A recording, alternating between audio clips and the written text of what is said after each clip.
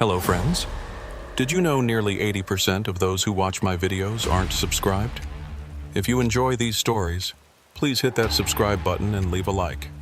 It really helps. Thank you for being here. By the way, where are you watching from? Let me know in the comments. The rain started as a whisper against the windshield somewhere past the county line, where the highway narrowed from 4 lanes down to 2, and the streetlights gave way to long stretches of darkness broken only by the occasional reflective mile marker. Amos Rutledge had been driving this route for 11 years, hauling refrigerated goods from the distribution center in Oakdale to the supermarket chain scattered across 3 counties, and he knew the road the way some men knew their own backyards. He knew which curves tightened up without warning, which overpasses flooded first when the storms rolled through, and which rest stops had the cleanest bathrooms and the strongest coffee. The knowledge came from repetition, from thousands of miles logged in all kinds of weather, and it gave him a confidence that newer drivers lacked. But tonight felt different from the moment he pulled out of the loading dock.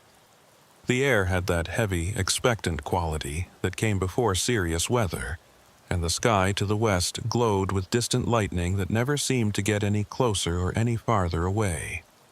The dispatcher had mentioned flash flood warnings for the valley, but warnings were common this time of year when late September storms moved through the region like freight trains, dumping weeks' worth of rain in a matter of hours.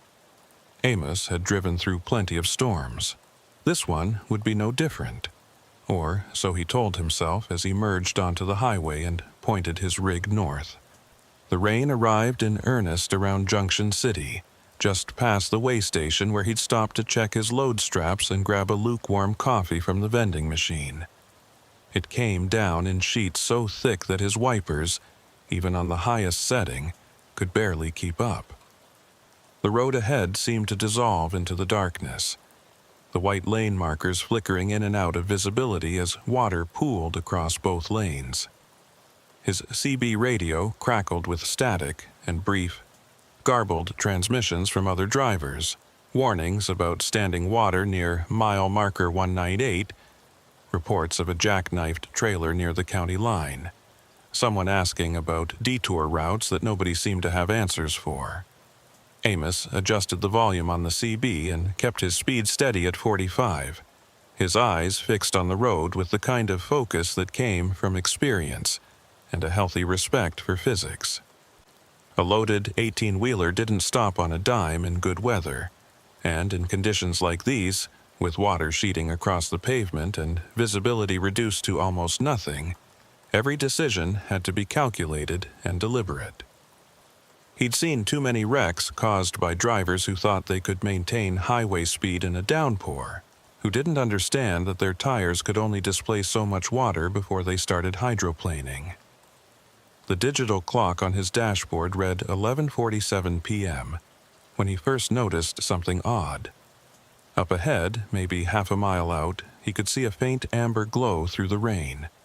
It pulsed in a steady rhythm, on, off, on, off, the unmistakable pattern of hazard lights.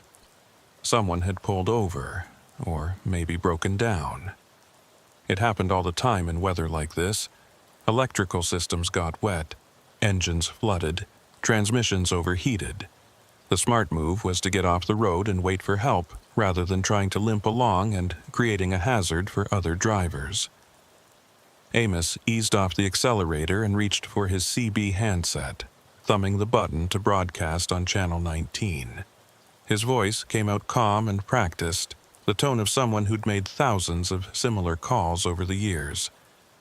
"This is northbound rig at mile marker 212. Got a vehicle with hazards on up ahead. Anyone know what's going on?"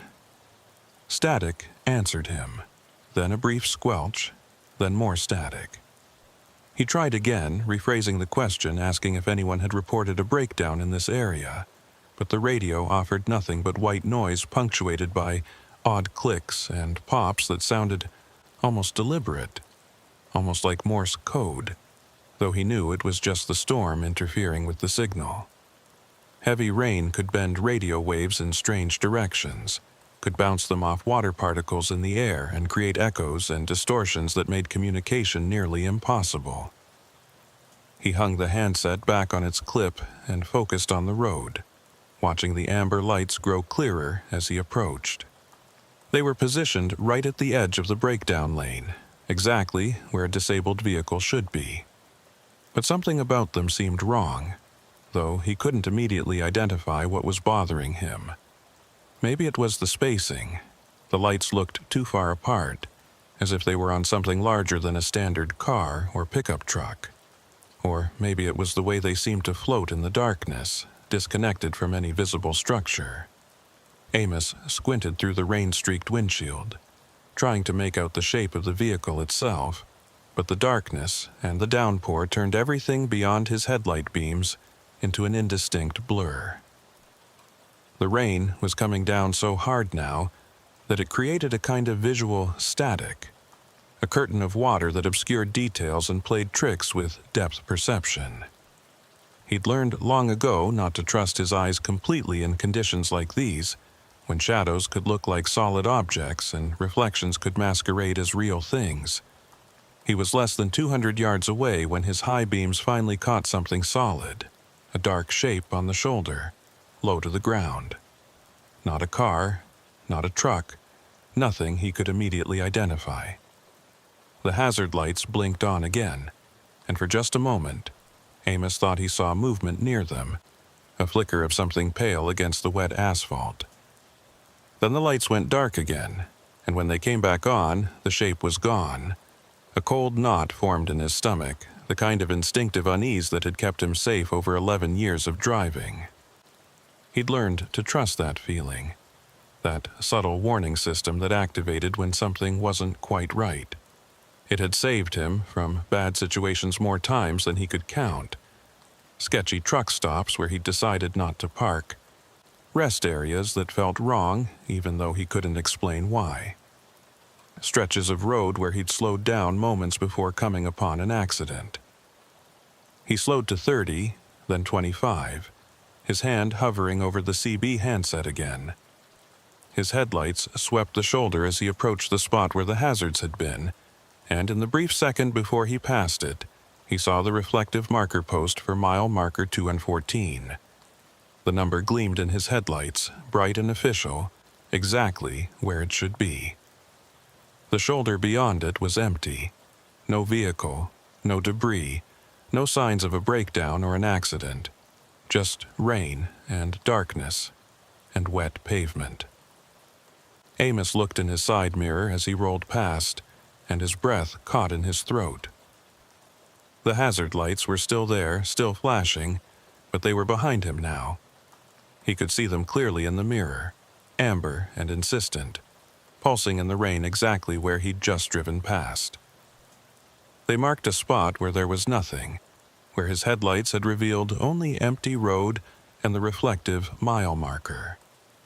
He touched his brakes, considering whether to stop and investigate, but something, instinct maybe, or just common sense honed by years on the road, told him to keep moving. The lights in his mirror continued to flash, and he forced himself to look away, to focus on the road ahead.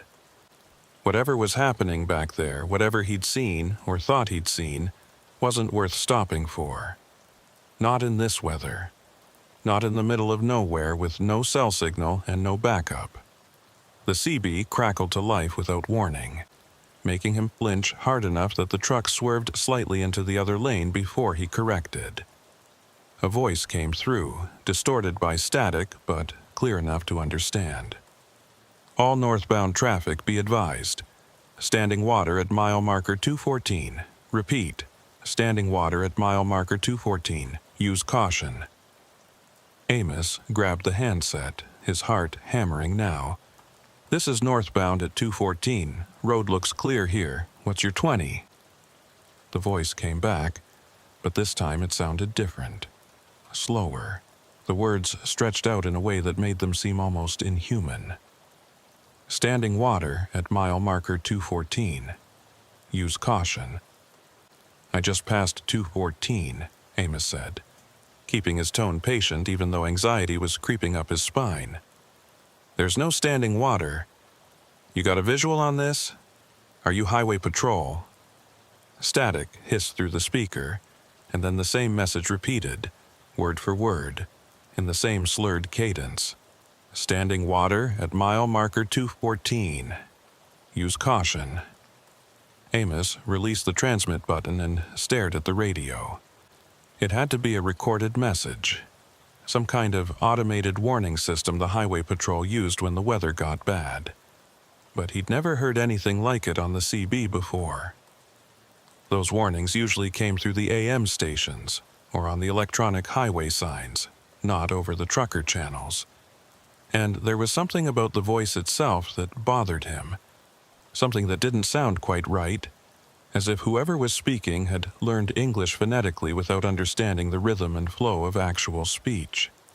He glanced in his side mirror again. The hazard lights were gone.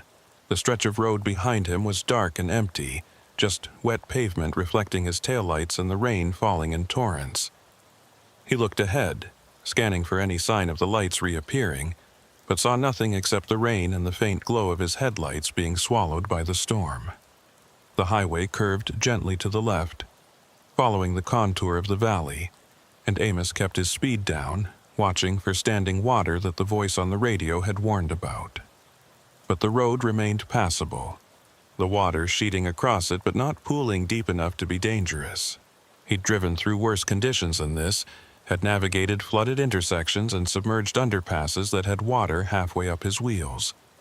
This was manageable. This was routine, except nothing about tonight felt routine anymore. The CB crackled again, and this time multiple voices came through, overlapping and distorted. Mile marker 214, hazards lights, standing water. Can anyone confirm? The transmissions were fragmentary, cutting in and out as if the speakers were moving in and out of range, and Amos couldn't tell if they were responding to each other or broadcasting independently. He tried to break in, tried to ask for clarification, but his own voice was drowned out by the static and the competing transmissions. Then, as suddenly as it had started, the radio went silent. Not just quiet, but completely dead, as if someone had unplugged it. The static cut off mid-burst, leaving only the sound of rain hammering on the roof of the cab and the steady rhythm of the wipers scraping across the windshield. Amos toggled the volume knob, checked the power connection, even switched channels, but nothing worked. The radio was completely unresponsive. He was about to reach for his cell phone when the headlights of another vehicle appeared in his rearview mirror. Relief flooded through him. At least he wasn't alone out here. Another driver, probably as confused and anxious as he was, probably trying to make sense of the same weird warnings and the same phantom hazard lights. Amos watched the headlights approach, expecting them to settle into a following distance, but instead they kept coming, getting closer and closer until they were right on his bumper, so close that the glare filled his mirrors and made it hard to see anything else. "Back off," Amos muttered, though he knew the other driver couldn't hear him. He tapped his brakes lightly, flashing his taillights in a universal signal to give him some space, but the vehicle behind him didn't slow down. If anything, it seemed to get closer, the headlights blazing so bright that Amos had to adjust his mirrors to deflect the glare. His pulse quickened. This wasn't normal following behavior. This was aggressive, deliberate. The kind of tailgating that suggested intent rather than carelessness. He thought about accelerating, pulling away from whoever was behind him, but the road conditions were too dangerous for that. One wrong move, one patch of standing water hit at the wrong angle, and his truck could jackknife or hydroplane off the road entirely. The vehicle behind him flashed its high beams, once, twice, 3 times, and Amos felt his stomach drop. That wasn't a random signal, that was communication, though he had no idea what message was being conveyed. He reached for his CB handset again, hoping the radio had come back online, but it remained stubbornly silent. The headlights dropped back suddenly, creating distance between his truck and the vehicle behind him. and Amos exhaled a breath he hadn't realized he'd been holding. Maybe it had just been a confused driver, someone who'd gotten too close without realizing it. Maybe. The amber hazard lights appeared again, this time directly in front of him, maybe 50 yards ahead. They materialized out of the rain and darkness as if they'd been there all along, just waiting for him to catch up. Amos's hands tightened on the wheel, and he felt sweat break out on his forehead despite the cool air from the vents. This wasn't possible. He'd passed mile marker 214 several minutes ago. He'd been driving steadily north, maintaining his speed, following the highway as it curved through the valley. There was no way those lights could be in front of him again unless they weren't tied to a specific location, unless they were moving, or unless distance and direction had stopped meaning what they should mean. The lights pulsed in their steady rhythm, and as Amos drew closer, he could see them more clearly now.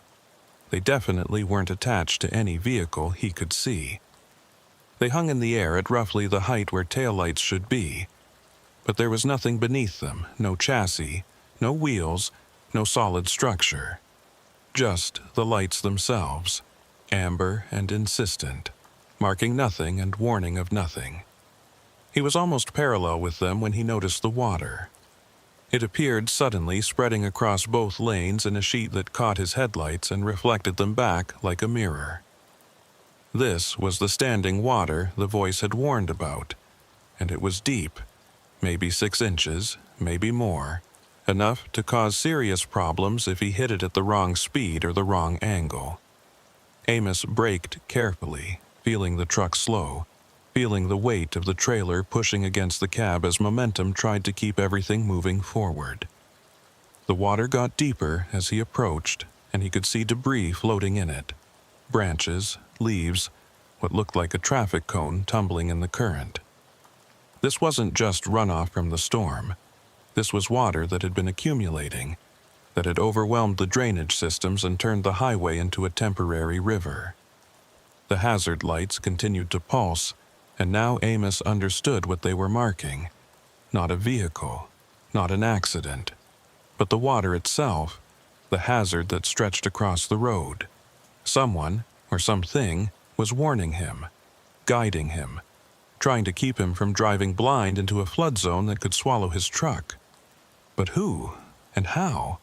The vehicle behind him appeared in his mirrors again, its headlights cutting through the rain, and Amos realized with a start that it had stopped when he stopped, maintaining the same distance, mirroring his movements. He couldn't make out what kind of vehicle it was.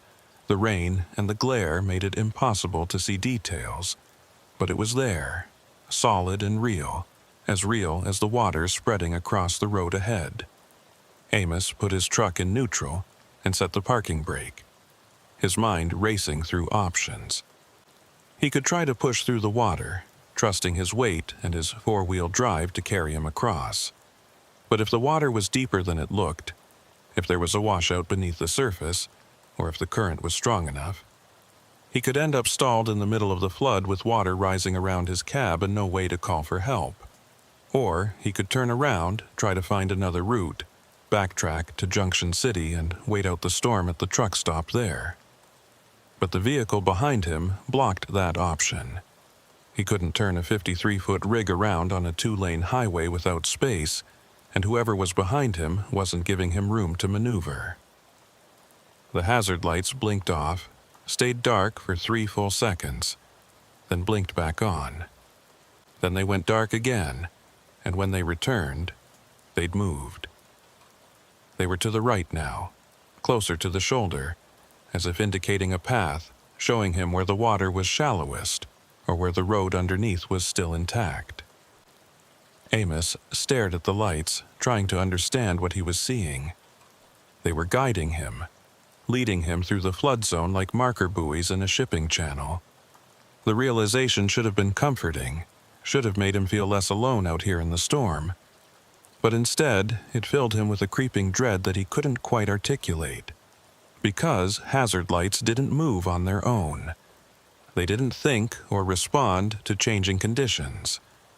They were passive warnings attached to broken-down vehicles, not intelligent guides that adapted to circumstances. Whatever he was seeing, whatever was out there in the rain and the darkness, it wasn't following any rules that he understood. The CB radio suddenly came back to life with a burst of static that made him jump. A voice emerged from the noise, not the slow, distorted voice from before, but something clearer, more human. "Northbound traffic at 214, do you copy? This is Highway Patrol, do you copy?" Amos grabbed the handset so fast he nearly dropped it. "This is northbound at 214, I copy. I've got standing water across both lanes and I don't know if I can get through." "Negative," the voice came back, crisp and professional. "Do not attempt to cross. We've got water over the road from mile marker 213 to 216. We're closing this section. You need to turn around and—" The transmission cut off abruptly, replaced by the slow, inhuman voice from before. "Standing water at mile marker 214. Use caution. Proceed with caution. Use extreme caution." The words repeated, looping over each other, and Amos realized that there were multiple voices now, all saying the same thing but slightly out of sync, creating a discordant chorus that made his skin crawl. He released the transmit button and set the handset down, his hands shaking. The headlights behind him flashed again, 3 times, then twice, then 3 times more, a pattern, a code. Someone trying to communicate something specific, though Amos had no idea what message they were trying to convey. The amber hazard lights ahead moved again, drifting further to the right, staying just at the edge of his peripheral vision. Following their guidance would mean driving onto the shoulder, onto the narrow strip of pavement that might or might not be solid, that might collapse under his weight and send his truck sliding into the ditch. But staying where he was meant sitting in the middle of a flood zone with water rising and another vehicle pressing close behind him, and voices on the CB telling him things that couldn't possibly be true. All the options were bad. All the choices led to places he didn't want to go. Amos made his decision.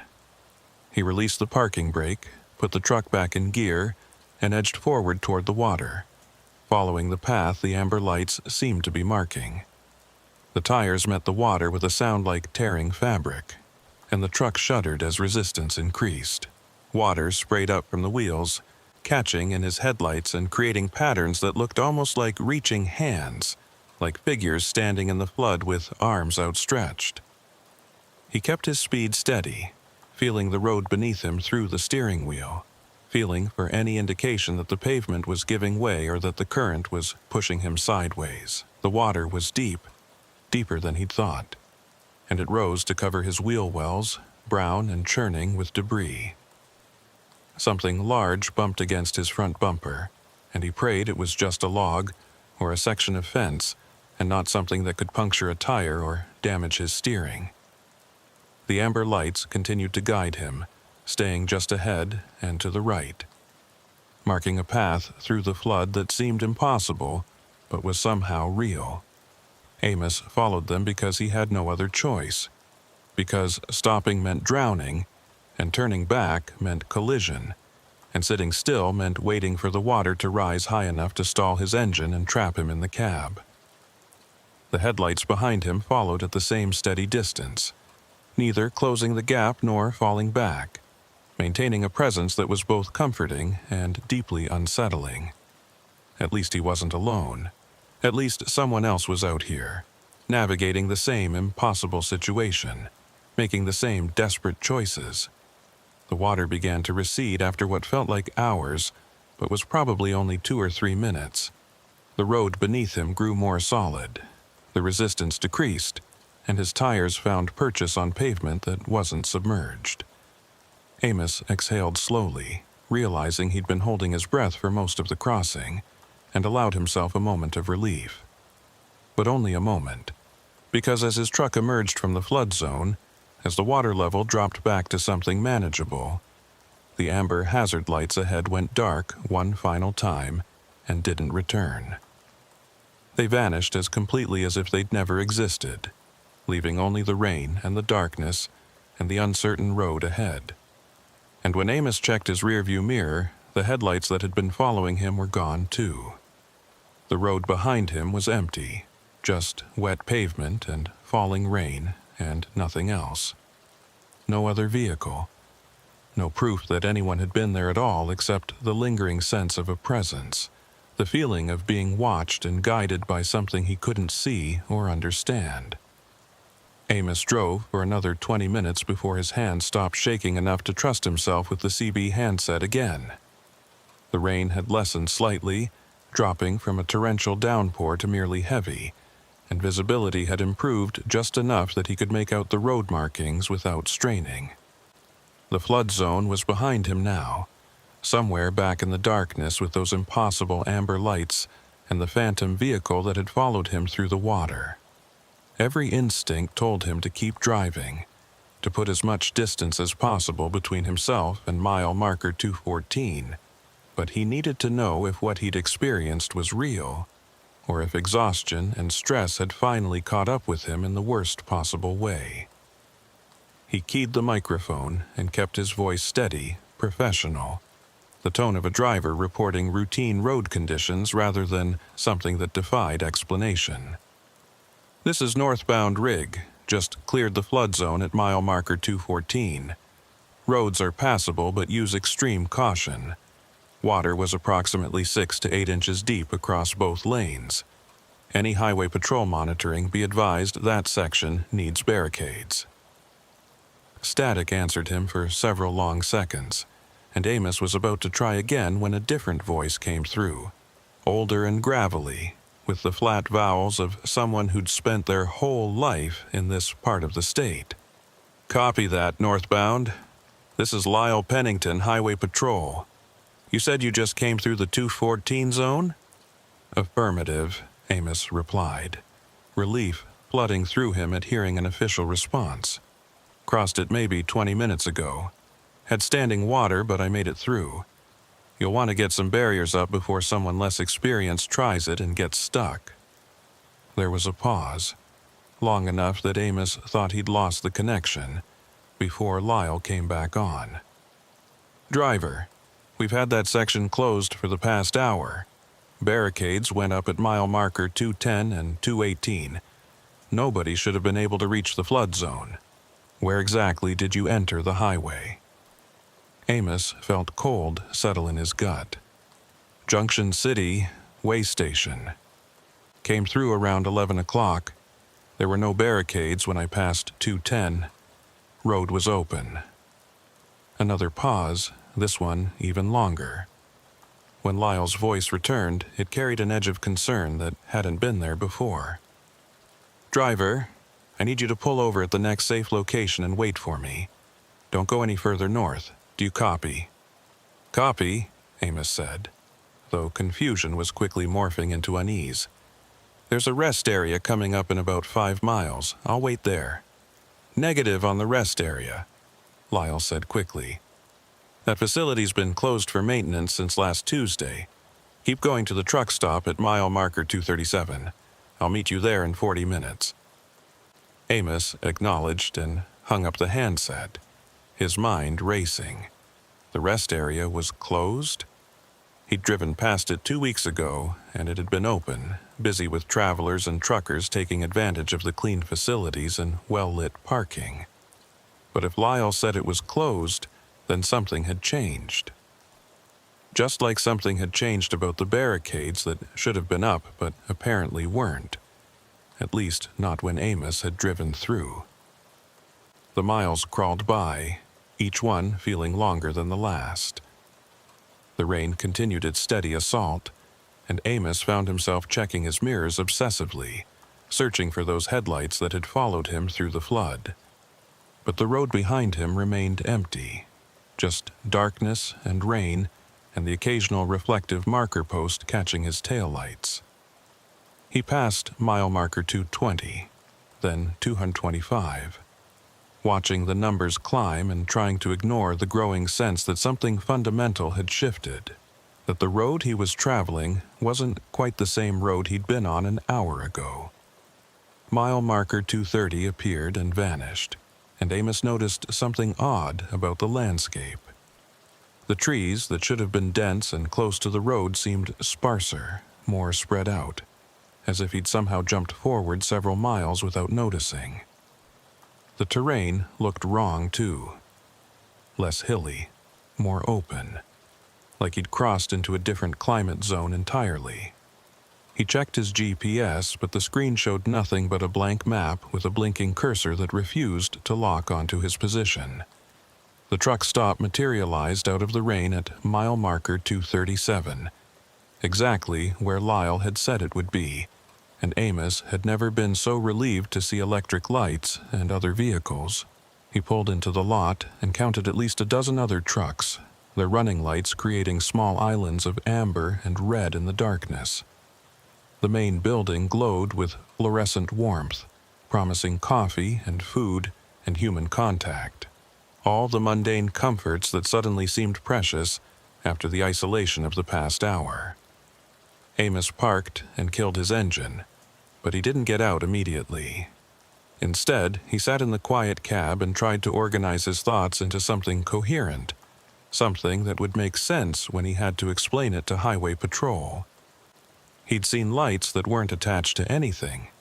He'd driven through a flood zone that was supposed to be barricaded. He'd been followed by a vehicle that disappeared without explanation. None of it sounded reasonable when laid out in sequence, and he had no evidence beyond his own testimony and the wet clothes in his hamper that smelled of floodwater. A tap on his window made him jump hard enough to hit his head on the cab's ceiling. A man stood outside, middle-aged and weathered, wearing a highway patrol rain slicker that glistened with water. Lyle Pennington, presumably. Amos rolled down his window and was immediately hit with a blast of cool, rain-scented air. "You Rutledge?" the officer asked, and Amos nodded. "Come on inside. We need to talk, and I'd rather do it over coffee than standing in this mess." They sat in a booth near the back of the truck stop's diner, away from the handful of other drivers who were scattered throughout the space. Lyle had brought a record driver with him, a woman with dark hair pulled back in a practical ponytail who introduced herself as Tansy McCoy. She ordered coffee and sat quiet, listening, while Lyle pulled out a worn notebook and flipped to a fresh page.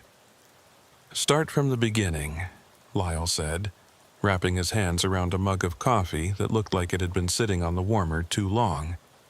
"Tell me everything that happened from the moment you entered the highway." Amos did, keeping his voice level and his account as factual as possible. He described the storm, the warnings on the CB, the amber hazard lights that appeared and disappeared and reappeared in impossible locations. He told them about the voice that repeated the same message in that slow, distorted way, about the vehicle that had followed him through the flood, about the lights that had seemed to guide him to safety. He left nothing out, even the details that made him sound unreliable or confused, because he sensed that Lyle needed the complete picture, not an edited version designed to make Amos look more credible. When he finished, the diner had grown quieter, and Amos realized that several other drivers had been listening, their conversations dying away as his story unfolded. Lyle exchanged a look with Tansy, something passing between them that Amos couldn't interpret, before turning his attention back to his coffee. "The barricades were up," Lyle said finally, his voice careful. "I helped place them myself at 6 o'clock this evening. One at mile marker 210, like I said, and another at 218. Both were equipped with the standard warning signs and flashers. There's no way you could have driven past them without seeing them." "I'm telling you, there was nothing there," Amos insisted, hearing the desperation creeping into his voice and hating it. "The road was open. I drove straight through." "I believe you," Lyle said, and the simple statement caught Amos off guard. "I believe you think you drove straight through, but here's the thing.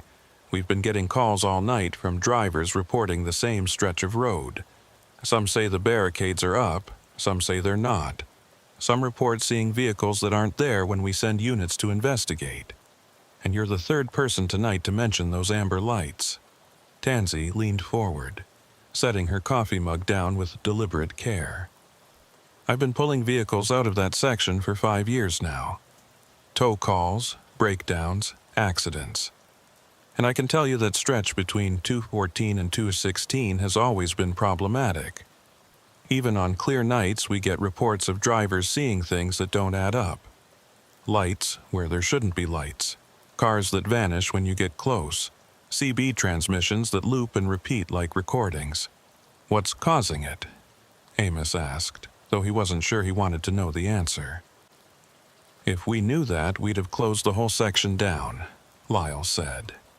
"Best theory right now is some kind of atmospheric phenomenon related to the storm. Temperature inversions can create mirages, make light behave in unusual ways. Add in the rain and the darkness, and drivers see things that aren't quite there, or they misinterpret things that are." But he didn't sound convinced by his own explanation, and neither was Amos. Mirages didn't guide you through flood zones. Atmospheric phenomena didn't leave your truck smelling like standing water and rotted vegetation. Something had happened out there, something real and physical that left evidence even if nobody could explain what that evidence meant. "There's something else," Lyle said, pulling a small evidence bag from his jacket pocket. Inside was a reflective safety triangle, the kind truckers use to mark disabled vehicles. "Found this at the edge of the flood zone, right about where you said you saw those amber lights. It's standard equipment, nothing unusual about it except for one thing." He turned the bag so Amos could see the triangle more clearly. Even through the plastic, he could make out dark stains on the reflective surface, patterns that looked almost deliberate. "That's not mud or road grime," Lyle continued. "Lab says it's some kind of organic residue, plant material, algae, things you'd find in stagnant water that's been sitting for months or years. But the flood only started 6 hours ago. There's no way this triangle picked up that kind of contamination in such a short time." Tansy spoke up, her voice quiet but firm. "I pulled a truck out of that area 3 months ago. Driver said he'd followed hazard lights into the water, thought someone was in trouble and needed help. His engine flooded out before he realized there was no other vehicle. When I hooked up to tow him, I found one of these triangles floating in the water near his bumper. Same dark stains. Same organic residue that shouldn't have been there." "What happened to that driver?" Amos asked, though something told him he already knew the answer. "He finished his delivery, collected his pay, and quit trucking the next day," Tansy said. "Told his dispatcher he was done with the road, done with night driving, done with everything. Last I heard, he was working construction in California. Won't even talk about what happened that night." The three of them sat in silence for a moment, the weight of unspoken questions pressing down on the booth. Finally, Lyle closed his notebook and fixed Amos with a steady gaze. "I need you to do something for me. I need you to not talk about this. Not to other drivers, not to your dispatcher, not to anyone. We're trying to keep this contained while we figure out what's happening. And if word gets out, it'll cause more problems than it solves." "You're asking me to lie," Amos said flatly. "I'm asking you to be discreet," Lyle corrected. "You can report that you encountered flooding and difficult conditions. That's true. You don't need to mention the other details. And in exchange, we'll keep your name out of any reports and make sure this doesn't affect your driving record or your insurance." It was a bargain, plain and simple, and Amos understood the implicit threat beneath the polite words. Cooperate, and this goes away cleanly. Make noise, and suddenly there are questions about your fitness to drive, about whether you were impaired or experiencing some kind of medical episode that makes you a liability on the road. He'd heard stories about drivers who'd reported strange incidents only to find themselves subjected to endless evaluations and restrictions that effectively ended their careers. "Fine," he said, though the word tasted bitter. "I'll keep quiet. But I want to know something first. Those other drivers who reported the amber lights, did they all make it through safely?" The look that passed between Lyle and Tansy told him everything he needed to know before either of them spoke. "Two of them did," Lyle said carefully. "The third one didn't. We found his truck in the flood zone at mile marker 215, water up to the door handles. Driver wasn't inside. Where is he?" "We don't know," Tansy said quietly. "Search and rescue has been looking since this morning. So far, nothing. It's like he got out of his truck and walked into the water and just vanished." Amos thought about the vehicle that had followed him through the flood, the headlights that had stayed close but never quite caught up. He thought about how those lights had disappeared right after he'd cleared the water, vanishing as completely as if they'd been switched off, and he wondered, with a cold certainty that settled deep in his bones, whether that missing driver had been the one following him, whether what he'd seen had been a vehicle at all or something else entirely, something that used the shape of familiar things to navigate a world it didn't belong in. "I want to see where you found the truck," he said suddenly. "I want to see the exact location." Lyle shook his head. "Can't do that. Scene's still under investigation, and besides, there's nothing to see. Just a truck in water. Trust me, you don't need that image in your head." But Amos did need it. Needed to know if the location matched what he remembered. Needed some kind of confirmation that what he'd experienced connected to something objective and verifiable. Was it on the right side of the road or the left? "Right side," Tansy said after a moment's hesitation. "Partially on the shoulder, like the driver was trying to get out of the main lane. I was the one who towed it out this afternoon. Engine was cold, battery dead from trying to restart after it flooded. Personal belongings still in the cab, wallet, phone, everything except the driver." "And were there any other vehicles nearby, any signs of another truck or car?" "Why?" Lyle asked, his eyes narrowing slightly. "Because something was following me through that water," Amos said, keeping his voice low so the other drivers in the diner wouldn't overhear. "I saw headlights in my mirror the whole time I was crossing. They stayed right behind me, matching my speed, and then they disappeared as soon as I got through. If you found that truck where you say you found it, then maybe what I saw wasn't following me at all. Maybe I was seeing that driver stuck in the water, and his headlights were what I was watching in my mirror." The logic of it sounded reasonable even as he said it, a rational explanation for an irrational experience. But Lyle was already shaking his head before Amos finished speaking. "The truck we found had been there for hours before you came through. Engine was cold, battery dead. Whatever you saw behind you, it wasn't that vehicle." Amos felt something twist in his stomach. If it wasn't the stranded truck, and if there were no other vehicles reported in the area, then what had been following him? What had maintained that perfect distance, those steady headlights, that sense of presence that had been both comforting and terrifying? "There's one more thing," Lyle said, pulling out his phone and scrolling to a different image. "We found this on the dashboard of the abandoned truck. Thought you might recognize it." He turned the screen toward Amos, and what he saw made his breath catch. It was a photograph, slightly blurred but clear enough to make out the details. It showed a pair of amber hazard lights floating in darkness, disconnected from any visible vehicle, pulsing in that familiar rhythm. The timestamp on the image was from earlier that evening, roughly an hour before Amos had entered the flood zone. "The driver took that picture," Tansy explained, her voice subdued. "It was the last thing on his phone. No messages after that, no calls, nothing. Just that one image and then silence." Amos stared at the photograph. at those impossible lights that he'd followed through the water, that had guided him to safety, even as they'd apparently led someone else to their disappearance.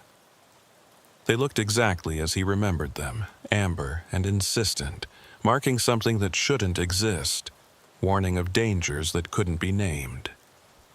"What do you think they are?" he asked quietly. Lyle took his phone back and tucked it away, his expression carefully neutral. "I think they're whatever people need them to be in that moment. For you, they were a guide. For that other driver, maybe they were something else.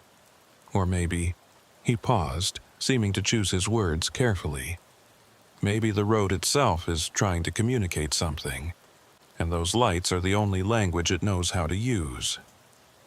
It was the closest thing to an admission of the supernatural that Amos was likely to get from a highway patrol officer, and it was somehow more disturbing than any ghost story or urban legend.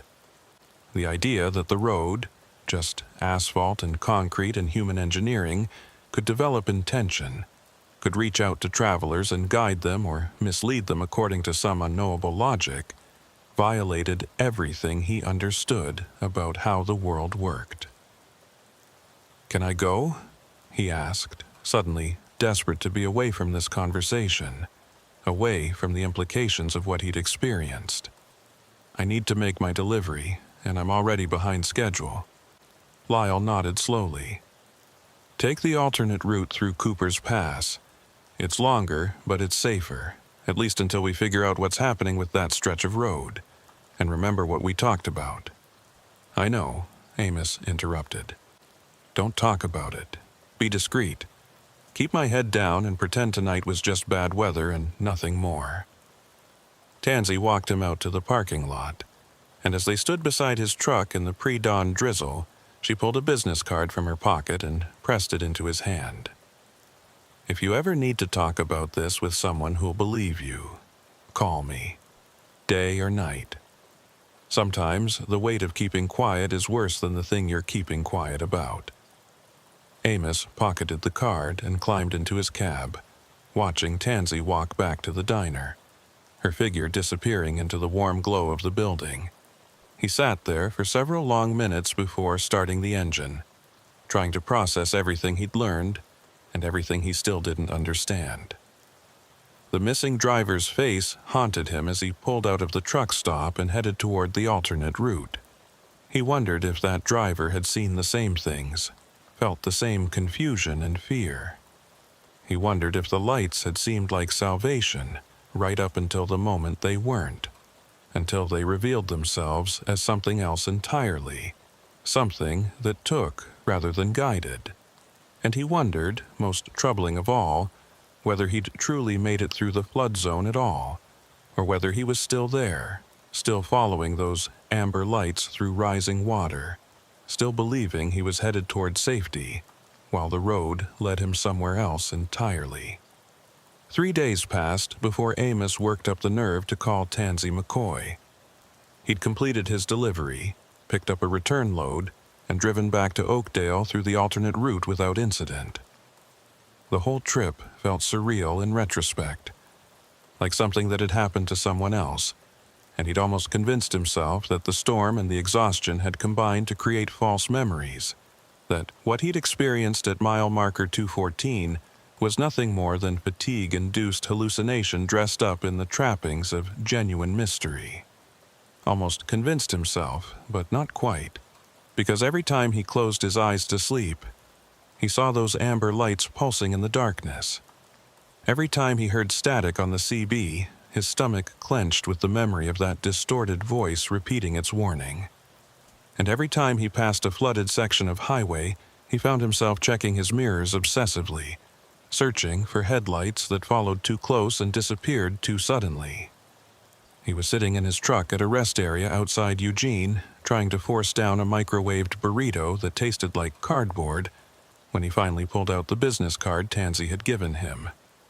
The cardstock was thick and professional, embossed with the logo of a towing company he'd never heard of. Her cell number was printed in neat block letters beneath her name, and someone, probably Tansy herself, had added a handwritten note in the margin. Serious calls only. I mean it." Amos stared at the card for another 5 minutes before dialing. The phone rang 4 times, and he was about to hang up when Tansy's voice came through, slightly breathless as if she'd been running. "McCoy Towing, this is Tansy." "It's Amos Rutledge," he said, then hesitated, suddenly unsure what he'd planned to say. "From the truck stop, 3 nights ago. You said I could call if I needed to talk." There was a brief pause, and he heard what sounded like a car door slamming in the background. "Give me 2 minutes," she said. "I'm finishing up a tow. Don't hang up." He waited, listening to muffled sounds of work. Chains rattling, hydraulics hissing, a brief exchange with someone whose words he couldn't make out. Then Tansy came back on the line, and this time she sounded more focused, more present. "Okay, I'm here. What's going on?" "I can't stop thinking about it," Amos admitted, feeling foolish even as the words left his mouth. "The lights, the flood, everything Lyle told me about the missing driver. It's like it's stuck in my head and I can't shake it loose. I keep wondering if I should have done something different. If there was a way to help that other driver. If—" "Stop," Tansy interrupted, her voice firm but not unkind. "You can't think like that. You did exactly what you needed to do, which was survive. That's the only responsibility you had out there, and you fulfilled it. What happened to the other driver isn't on you." "But what if I saw him?" Amos pressed. "What if those headlights behind me were his truck and he was trying to follow me to safety, and I didn't realize it?" "The timeline doesn't work," Tansy said. "I told you that truck had been sitting in the water for hours before you came through. The driver was already gone by the time you entered the flood zone. Whatever you saw behind you, it wasn't him." "Then what was it?" Amos asked, hearing the desperation creeping back into his voice. "What follows someone through a flood and then vanishes? What kind of vehicle does that?" Tansy was quiet for a long moment, and when she spoke again, her tone had shifted into something more careful, more measured. "Can you meet me somewhere?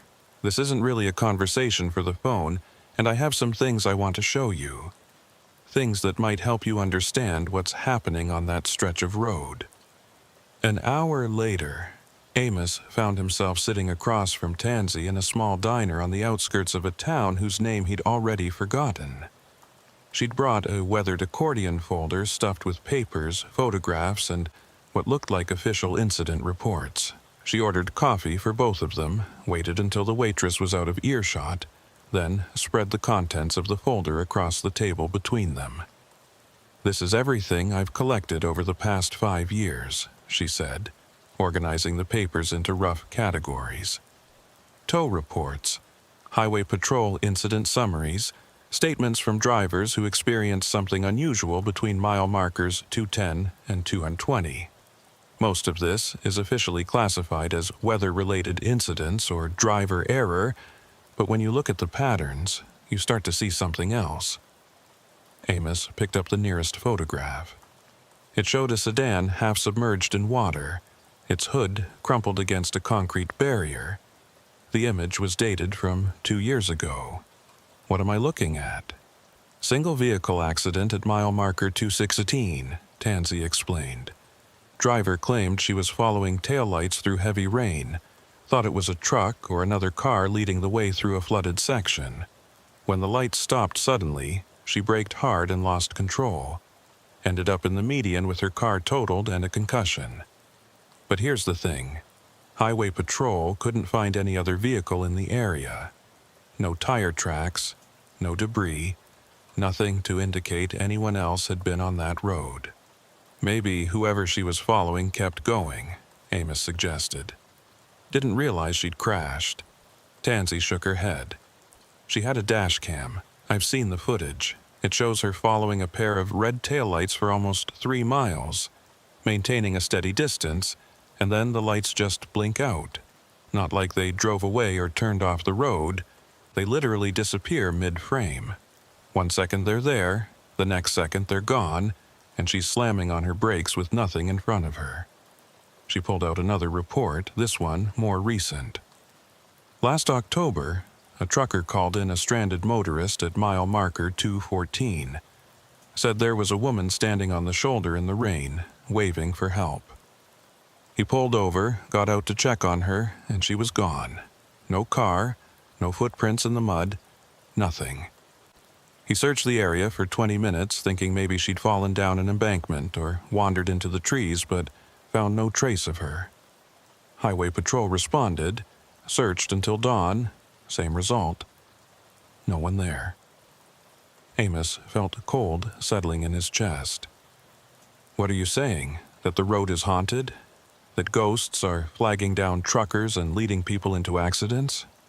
I'm saying the road does things, Tansy said carefully. Things that don't make sense if you're trying to explain them with normal physics or normal logic. I've been pulling vehicles out of that stretch for years, and I've heard enough stories from enough reliable drivers to know that something is happening there. Something that uses light and sound and familiar shapes to interact with people, though I couldn't begin to tell you why or what it wants. She pulled out one more photograph and Amos recognized it immediately. It was the image Lyle had shown him. The amber hazard lights floating in darkness, disconnected from any visible source. But this version was clearer, higher resolution, and he could see details he'd missed before. The lights weren't quite symmetrical, and they seemed to pulse with a rhythm that was almost organic, like breathing or a heartbeat. The missing driver took this, Tansy said. But he's not the first person to photograph those lights. I've collected 7 similar images over the past 3 years, all from different drivers, all taken in roughly the same location. The lights always look the same. Same color, same spacing, same pulsing pattern. Like they're always there, waiting, and they only become visible under certain conditions. What conditions? Amos asked. That's what I've been trying to figure out, Tansy admitted. At first I thought it was just weather-related, heavy rain, fog, reduced visibility. But then I started tracking the dates and I found something interesting. The incidents cluster around certain times of the year, late September, early December, mid-March. 3 windows when the reports spike dramatically. Amos thought about this, trying to find meaning in the pattern. What's significant about those dates? I don't know yet, Tansy said. But I've been working with someone who might have an answer. He's a surveyor, works for the county, and he's been researching the history of that section of highway. Turns out the road was built over what used to be wetlands, marshes and seasonal floodplains that were drained and filled in the 1960s when they first laid the asphalt. And before that, going back 100 years or more, the area was known for being treacherous. Travelers getting lost, wagons disappearing, people reporting lights in the marsh that led them astray. Marsh lights, Amos said, dredging up a memory from high school science class. Will-o'-the-wisps, caused by decomposing organic matter releasing gases that ignite when they hit air. It's a natural phenomenon. Right, Tansy agreed. Except marsh lights are green or blue, not amber, and they flicker randomly, not in a steady pulse. And they definitely don't follow vehicles or guide them through flood zones. Whatever these lights are, they're not just swamp gas. Amos spread the photographs out, studying them in sequence. 7 different images, 7 different drivers, but the lights in each picture looked essentially identical. Same color, same formation, same impossible detachment from any physical source. Have you shown this to Lyle? To Highway Patrol? Lyle's seen some of it, Tansy said. He's sympathetic, but there's only so much he can do officially. You can't close a major highway because of unexplained lights and missing drivers. Not without concrete evidence of a hazard. And these incidents are just scattered enough, just ambiguous enough, that they don't meet the threshold for official action.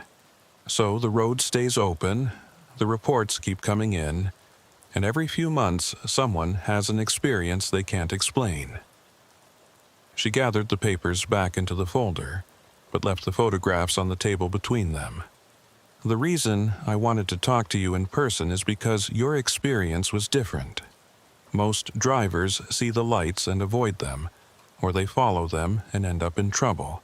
But you followed them and made it through safely. That's unusual.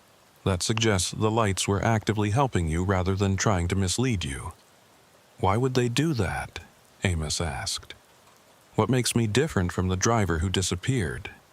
That's what I'm trying to figure out, Tansy said. I've been going through the reports, looking for patterns in who gets helped and who gets hurt. So far, I haven't found anything conclusive, but there are hints.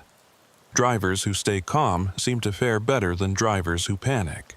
People who trust their instincts, who pay attention to what the lights are actually showing them rather than just blindly following, they tend to come through okay. But drivers who freeze up, who ignore warning signs, who push forward when they should stop, those are the ones who end up stranded or worse. Amos thought about his journey through the flood zone, about the decisions he'd made in those crucial moments. He'd been afraid, certainly, but he'd also been focused, analytical, treating the situation like a problem to be solved rather than a supernatural encounter to be feared. Maybe that had made the difference. Maybe the lights responded to intention, to the mental state of the driver, showing help to those who could use it and becoming something else for those who couldn't. Or maybe he was just rationalizing, trying to impose order on chaos, looking for meaning in a series of random events that happened to align in his favor. There was no way to know, no experiment he could run to test the hypothesis. All he had were stories and photographs and the persistent feeling that he'd been touched by something vast and strange and utterly indifferent to human understanding. What happened to the missing driver? Amos asked quietly. Is the search still active? Tansy's expression darkened. They called it off yesterday. After 72 hours with no leads, no body, no evidence of where he went, they had to allocate resources elsewhere. Officially, he's listed as a missing person, presumed drowned in the flood. His family is planning a memorial service next week. But you don't think he drowned? I don't know what to think, Tansy admitted. His truck was found with the engine off and the keys still in the ignition. The doors were unlocked, which suggests he got out voluntarily rather than being trapped by rising water. But there were no footprints leading away from the vehicle, no indication of which direction he went. It's like he stepped out of the cab and vanished into thin air. Or into water, Amos thought. Into the flood zone where the lights pulsed and ordinary rules stopped applying. Maybe the driver had followed those amber beacons out of his truck, thinking they were leading him to safety, and instead they'd led him somewhere else entirely. Somewhere that looked like the highway but wasn't, that felt like the real world but operated according to different principles. There's one more thing, Tansy said, lowering her voice even though the diner was nearly empty. The surveyor I mentioned, the one researching the history of the road, he found something in the county archives. Back in 1962, when they were draining the wetlands to prepare for highway construction, 3 workers disappeared over the course of 6 weeks. Different incidents, different circumstances, but all 3 vanished without a trace. The construction company covered it up, listed them as having quit or moved away, but there were rumors.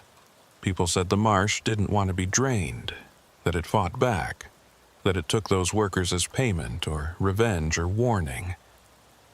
That's just superstition, Amos said, but his voice lacked conviction.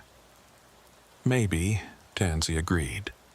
Or maybe when you pave over something old and wild and deeply rooted in the landscape, you don't actually destroy it. You just force it to adapt, to find new ways of expressing itself.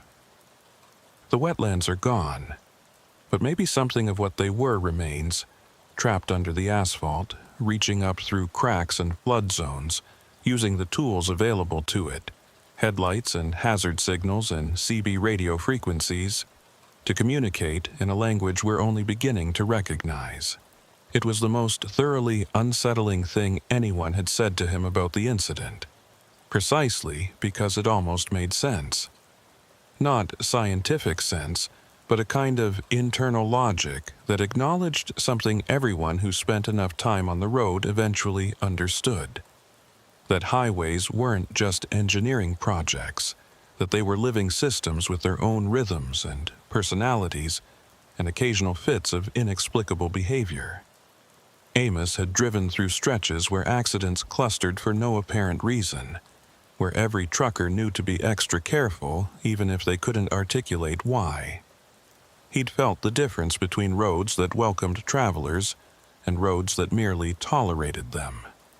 He'd experienced that odd sensation of being watched from empty fields, of sensing presence in places that should have been completely lifeless. He'd always dismissed these feelings as imagination or fatigue. But maybe they were something more. Maybe roads absorbed the energy of the places they crossed, the history of the land they covered, and occasionally that absorption became something active, something that reached back. "What do I do with this information?" Amos asked finally. "How do I live with knowing what I know?" Tansy closed the folder and met his eyes with a steady gaze. "You do what every driver does who's seen something they can't explain. You file it away. You stay alert, and you trust your instincts when something feels wrong. You don't take unnecessary risks, but you don't let fear paralyze you either. And if you ever find yourself back on that stretch of road during a storm, you remember what happened last time. You remember what the lights showed you, and you make the best decisions you can with the information available. And if I see those lights again, then you pay attention," Tansy said. "Because they might be trying to help you, or they might be trying to lead you astray, and the only way to tell the difference is to stay calm and watch carefully and trust the part of yourself that knows when something is guidance and when something is lure." They sat in silence for a moment, the weight of unsolved mysteries pressing down on the small booth. Finally, Amos gathered his courage and asked the question that had been nagging at him since Lyle had first shown him that photograph. "Do you think the missing driver is still alive? Somewhere?" Tansy considered this carefully before answering. "I think he's somewhere," she said slowly. "Whether that somewhere is a place we would recognize as being part of the living world, I genuinely don't know. But I hope, for his family's sake, that wherever he is, he found what he was looking for when he followed those lights out into the water." Amos left the diner with more questions than answers, but somehow the conversation had helped. Knowing that someone else was tracking these incidents, trying to make sense of the pattern, made him feel less isolated, less like he was losing his grip on reality. Tansy had given him permission to trust his experience without demanding that he explain or justify it, and that was a gift whose value he was only beginning to appreciate. He drove back to Oakdale through clear weather and familiar roads, but something had shifted in his relationship with the highway. He paid more attention now to the small anomalies, the moments when light behaved strangely or sounds carried further than they should. He started keeping a notebook in his cab, jotting down observations that might have seemed trivial before: unusual CB transmissions, lights in unexpected places, stretches of road that felt different somehow. Most of it was probably meaningless, just the normal chaos of weather and traffic and human activity. But every so often he caught something that made him pause, made him wonder if the road was speaking a language he was only beginning to learn how to hear. And he thought about the missing driver, about whether that man had heard the same language and simply misunderstood what it was trying to say. 3 weeks after his encounter at mile marker 214, Amos received a call from Lyle Pennington. Highway Patrol had recovered a body from the river 5 miles downstream from the flood zone. Male, approximately the right age, wearing clothing that matched the description of what the missing driver had been wearing. Positive identification would take time, but it seemed likely they'd found him. "Thought you'd want to know," Lyle said, his voice carrying the professional detachment of someone who delivered this kind of news too often. "Looks like he tried to walk out of the flood zone, got swept downstream by the current. It happens more often than people realize. Water's powerful, especially at night when you can't see how fast it's moving." "Yeah," Amos said, because what else was there to say? "Thanks for letting me know." But after he hung up, he couldn't shake the feeling that the official explanation, while convenient and rational, didn't quite fit what he knew about that night. The missing driver's truck had been found with the engine off and the doors unlocked, positioned as if he'd parked deliberately rather than been forced off the road. That suggested he'd stopped because the lights told him to stop, that he'd gotten out because the lights had shown him something worth investigating, and maybe he had walked into the water, following those amber beacons, thinking they were leading him to safety or help or answers. But Amos didn't believe the current had swept him away. He believed the driver had followed the lights somewhere else, somewhere that intersected with the ordinary world but wasn't quite part of it, and that his body washing up 5 miles downstream was just the road's way of closing the loop, of returning what it had taken. The thought should have terrified him. Instead, it left him with a strange sense of calm, an acceptance that the world contained mysteries that wouldn't be solved by investigation or explanation.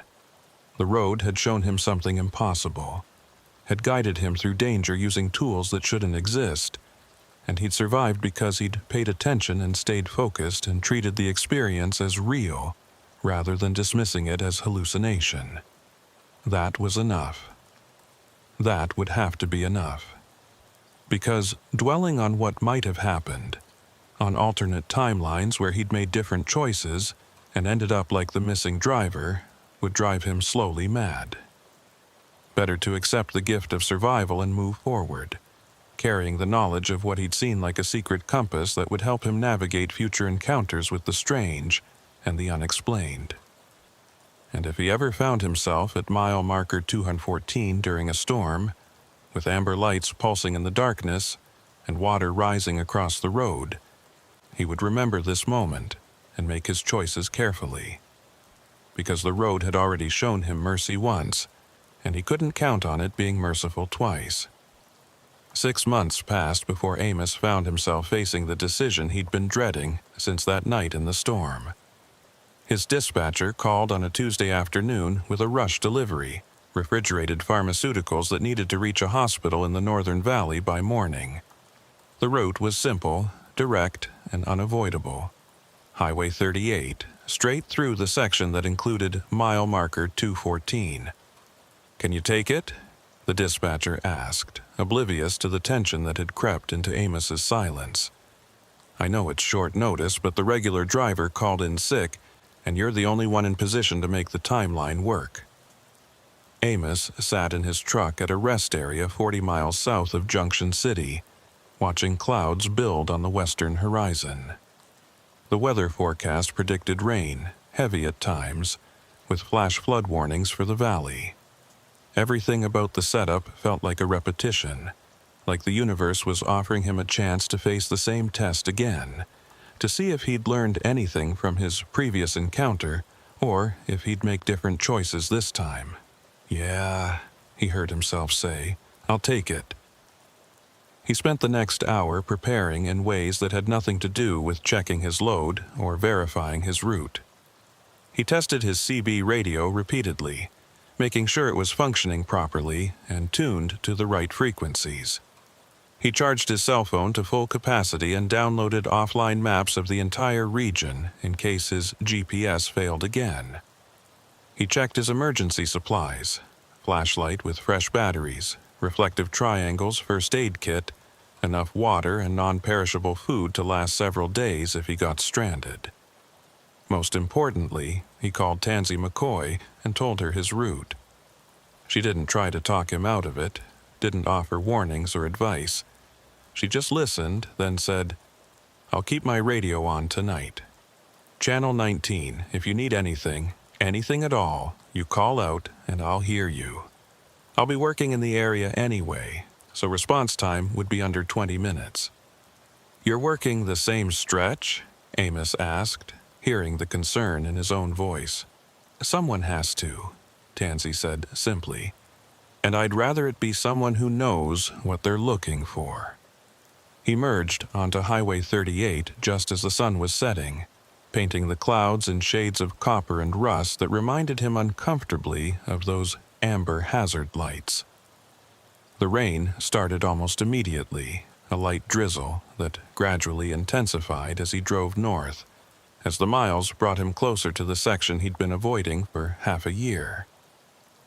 Other trucks shared the highway with him, their running lights creating brief moments of companionship before they exited or fell behind, leaving him alone with the rain and the growing darkness.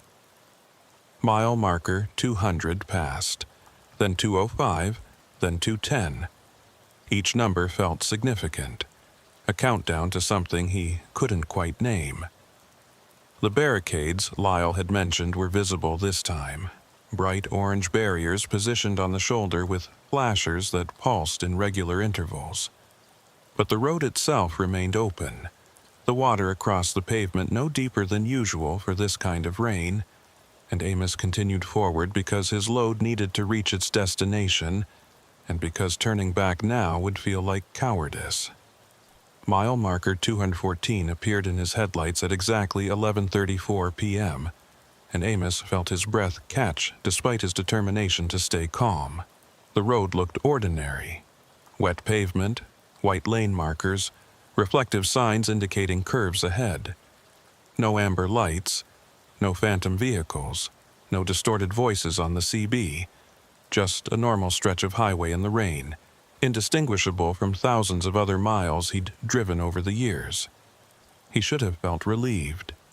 Instead, the normalcy felt wrong somehow, like a held breath, like the moment before a storm breaks when the air goes still and heavy with anticipation. He drove past the marker, watching his odometer tick forward, waiting for something to happen. But the road continued unchanged, and after another mile, he started to wonder if he'd built the whole experience up in his mind, if 6 months of dwelling on it had transformed a harrowing but ultimately explainable encounter into something supernatural and significant. Then his CB radio crackled to life. Not with the distorted voice from before, but with something different. A woman's voice, clear and calm, with an accent he couldn't quite place. "Northbound traffic approaching mile marker 216, be advised. Vehicle stopped on the shoulder with hazards on. Driver appears to need assistance." Amos grabbed his handset immediately. "This is northbound at 216. I don't see any vehicle. Can you confirm the location?" Static answered him. Then the same voice repeated the message word for word, in exactly the same tone, like a recording. "Northbound traffic approaching mile marker 216, be advised. Vehicle stopped on the shoulder with hazards on. Driver appears to need assistance." His headlights caught something ahead, a dark shape on the right shoulder, barely visible through the rain. As he got closer, the shape resolved into a pickup truck, older model, sitting at an angle with its hazard lights flashing. A figure stood beside it, illuminated intermittently by the amber pulses, waving one arm in what looked like a signal for help. Every instinct Amos had developed over 11 years of driving screamed at him to keep going. The setup was too familiar, too similar to the scenarios Tansy had described from her reports. But pharmaceutical deliveries meant nothing if he drove past someone who genuinely needed help, if he let fear of the inexplicable turn him into someone who ignored basic human decency. He slowed, pulling onto the shoulder about 30 feet behind the pickup, and set his air brakes. The rain hammered against his windshield as he studied the scene, looking for details that would tell him whether this was real or another manifestation of whatever haunted this stretch of road. The pickup looked solid enough. Mud on the tires, a dent in the rear quarter panel, a faded bumper sticker that he couldn't quite read.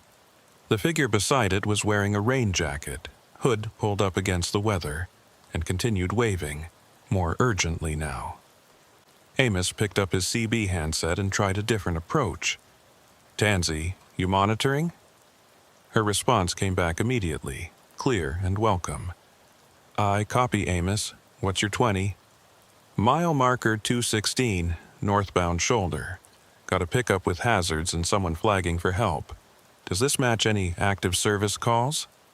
A pause, during which Amos watched the figure approach his truck, moving through the rain with purpose.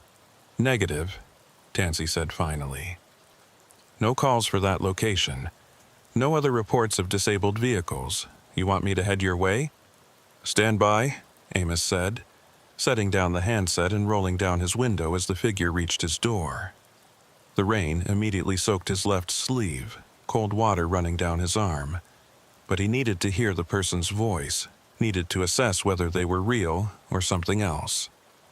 The figure pulled back their hood, and Amos found himself looking at a woman in her 50s, with gray hair plastered to her skull by the rain and an expression that mixed relief with exhaustion. "Thank God," she said, her voice rough with strain. "I've been here for over an hour. Cell phone's dead, no one else has stopped, and I can't get the tire changed by myself. The lug nuts are rusted on too tight." It sounded real. She sounded real. The kind of specific detail that hallucinations rarely included. The frustration and fatigue that came from genuine distress rather than supernatural manipulation. But Amos had learned to question his assumptions, to look for inconsistencies before committing to action. "What's your name?" he asked. She looked surprised by the question, then suspicious. "Why do you need my name? Are you going to help me or not?" "Just trying to confirm you're who you say you are," Amos said, keeping his tone apologetic but firm. "There have been incidents on this stretch of road. People seeing things that aren't there. I need to make sure you're real before I get out of my truck." The woman's expression shifted from suspicion to something like understanding, and maybe a touch of fear. "You've seen them too," she said quietly. "The lights that move, the voices on the radio that repeat. I thought I was losing my mind." That answer felt more right than anything else could have. Someone who was genuinely stranded, who'd been sitting alone in the rain on this particular section of highway, would have noticed the strangeness, would have started to question what was real and what wasn't. "My name is Amos Rutledge," he said, making a decision. "I'm going to help you, but we're going to do this carefully, and if anything feels wrong, we're both getting back in our vehicles immediately. Understood?" She nodded quickly. "Understood. I'm just grateful someone finally stopped. My name's—" She paused, seemed to struggle with something, then continued in a voice that had gone oddly flat. "My name's Marigold Keene." The moment she said it, Amos felt something shift. The name was wrong somehow, not in an obvious way, but in a subtle dissonance that his instincts picked up before his conscious mind could process why. He glanced past her at the pickup truck, and details that had seemed normal moments ago now stood out as inconsistent. The mud on the tires was dry despite the rain. The dent in the quarter panel looked too perfect, too symmetrical, as if someone had created the platonic ideal of a dent rather than actual damage from a collision. And the bumper sticker, now that he looked at it directly, showed text that seemed to shift and blur, never quite coming into focus. "Actually," Amos said carefully, "I just remembered I need to check something with my dispatcher before I can stop to help. Give me just a moment." He rolled up his window before she could respond and grabbed his CB handset with shaking hands. "Tansy, something's wrong. The woman gave me a name, but it felt off, and the vehicle doesn't look right when you pay attention to the details. I think this is it. I think this is what we've been talking about." "Get out of there," Tansy said immediately, her voice sharp with urgency. "Don't engage. Don't try to help. Just release your brakes and go. I'm heading your way now, but you need to move immediately." Amos looked in his side mirror and felt his stomach drop. The woman was still standing beside his truck, but she wasn't moving. She stood perfectly still, one arm raised in that waving gesture frozen like a paused video. The rain fell around her but didn't seem to touch her, droplets passing through her form rather than striking it. And behind her, the pickup truck was fading, becoming translucent, its edges blurring into the darkness as if it had never been fully solid to begin with. He released his air brakes and put the truck in gear, his heart hammering so hard he thought it might burst through his chest. As he pulled away from the shoulder, he glanced in his mirror one last time and saw the woman, or the thing that looked like a woman, still standing in the same position, arm raised, face turned toward his retreating truck, and then she blinked out of existence as completely as if someone had flipped a switch, leaving only empty road and falling rain. "I'm clear," Amos said into the CB, hearing the tremor in his own voice. "It's gone. The whole thing just vanished." "Keep driving," Tansy instructed. "Don't stop until you're past mile marker 220. I'll meet you at the truck stop at 237, same as last time." The next 4 miles were the longest of Amos's life. He watched his mirrors obsessively, searching for any sign that the apparition was following him, or that other manifestations might appear. But the road remained empty, except for his truck and the rain, and gradually his pulse began to slow, his breathing to return to normal. He'd passed the test, had recognized the trap before stepping into it, had trusted his instincts over his desire to help. That should have felt like victory.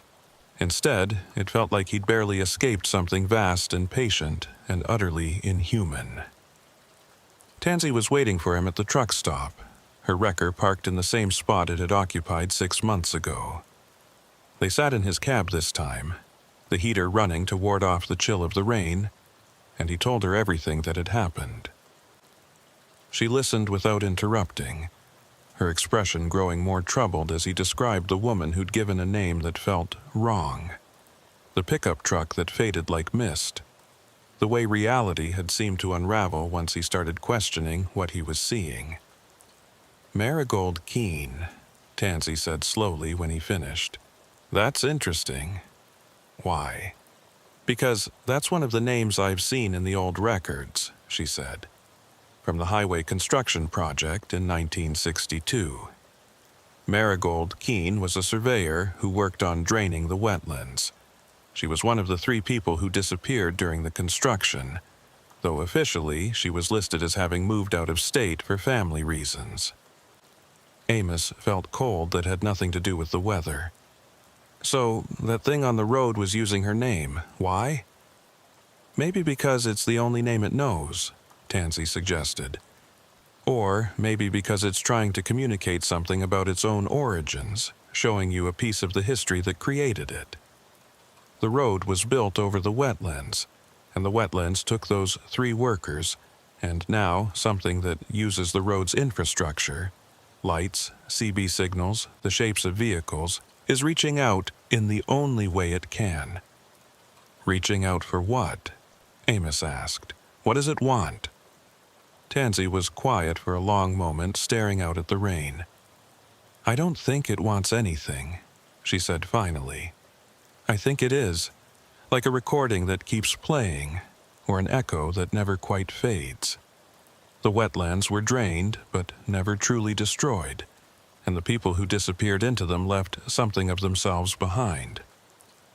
Now that residue manifests through the infrastructure we built on top of it, using our tools and our symbols, because those are the only things available in a landscape that's been completely transformed. It was a theory, nothing more, but it felt more true than any supernatural explanation could have. The idea that the road itself had become a medium for something older, That human engineering had inadvertently created a channel for the memory of the landscape to express itself made a kind of terrible sense, and it meant there was no fixing it, no exorcism or cleansing that would make the road safe. The manifestations would continue as long as the conditions were right. Heavy rain, reduced visibility, the particular alignment of weather and time that opened whatever doorway existed between the world as it was and the world as it had been. "What do I do?" Amos asked quietly. "How do I keep driving this route knowing what I know?" "You stay alert," Tansy said. "You trust your instincts, and you remember that the manifestations can be recognized if you look carefully enough. They always have details that don't quite add up. Names that feel wrong, vehicles that don't behave correctly, situations that seem just slightly off. Your brain knows the difference between real and not real, even if it can't always articulate why. Listen to that knowledge. Don't override it because you want to be helpful or because you're afraid of seeming paranoid." She pulled something from her pocket and handed it to him, a small compass, the kind hikers carried, with a brass case worn smooth by years of handling. This belonged to one of the surveyors from the original construction project. Not Keene, but another one who disappeared. I bought it at an estate sale years ago, before I knew its history. Keep it with you when you drive this stretch. I don't know if it actually does anything, but sometimes having a physical object that predates the road, that remembers what the landscape used to be, seems to help. Drivers who carry talismans from the area's past report fewer encounters. Amos took the compass and opened it. The needle swung wildly for a moment, then settled, pointing northwest, which was completely wrong for their current position. "It doesn't work," he said. "It works fine," Tansy corrected. "It's just not pointing to magnetic north. It's pointing to something else, where the wetlands used to be, maybe, or where the original marsh was deepest. I don't pretend to understand it, but I know that needle has never pointed true north since I got it. Doesn't matter where you are or which direction you're facing. It always points the same direction." Amos closed the compass and slipped it into his pocket, feeling the weight of it against his leg. It was absurd, carrying a broken compass as protection against supernatural manifestations on a highway. But absurdity seemed to be the operating principle of this entire situation, and he'd take whatever small comfort he could find. He completed his delivery without further incident, made his return trip via the alternate route, and filed his report with his dispatcher using carefully neutral language that mentioned weather delays but nothing else. The pharmaceutical company was satisfied. His driving record remained clean, and life returned to something approximating normal, but he knew he'd crossed a threshold that night. Had been tested twice by whatever haunted mile marker 214 and had passed both times through a combination of caution, instinct, and sheer luck. 3 months later, he was driving a different route entirely when his CB crackled and a familiar voice came through, distorted, slowed down, but unmistakably the same voice from that first night. "Standing water at mile marker 214. Use caution." Amos checked his GPS. He was nowhere near Highway 38. Was, in fact, more than 200 miles away on a completely different road. But the warning continued, repeating at regular intervals, and he understood that distance didn't matter to whatever was sending the message.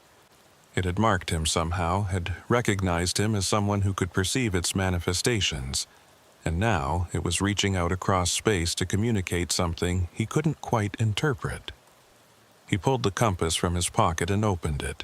The needle, which should have been pointing randomly or to magnetic north, was pointing directly backward, toward the route he'd already traveled. Toward Highway 38 and mile marker 214, 200 miles behind him but somehow still present, still exerting influence. "I hear you," Amos said quietly. though he didn't key the CB microphone, didn't transmit the words anywhere but into the empty cab of his truck. "I hear you, and I understand that you're there. But I can't come back, not today, not by choice."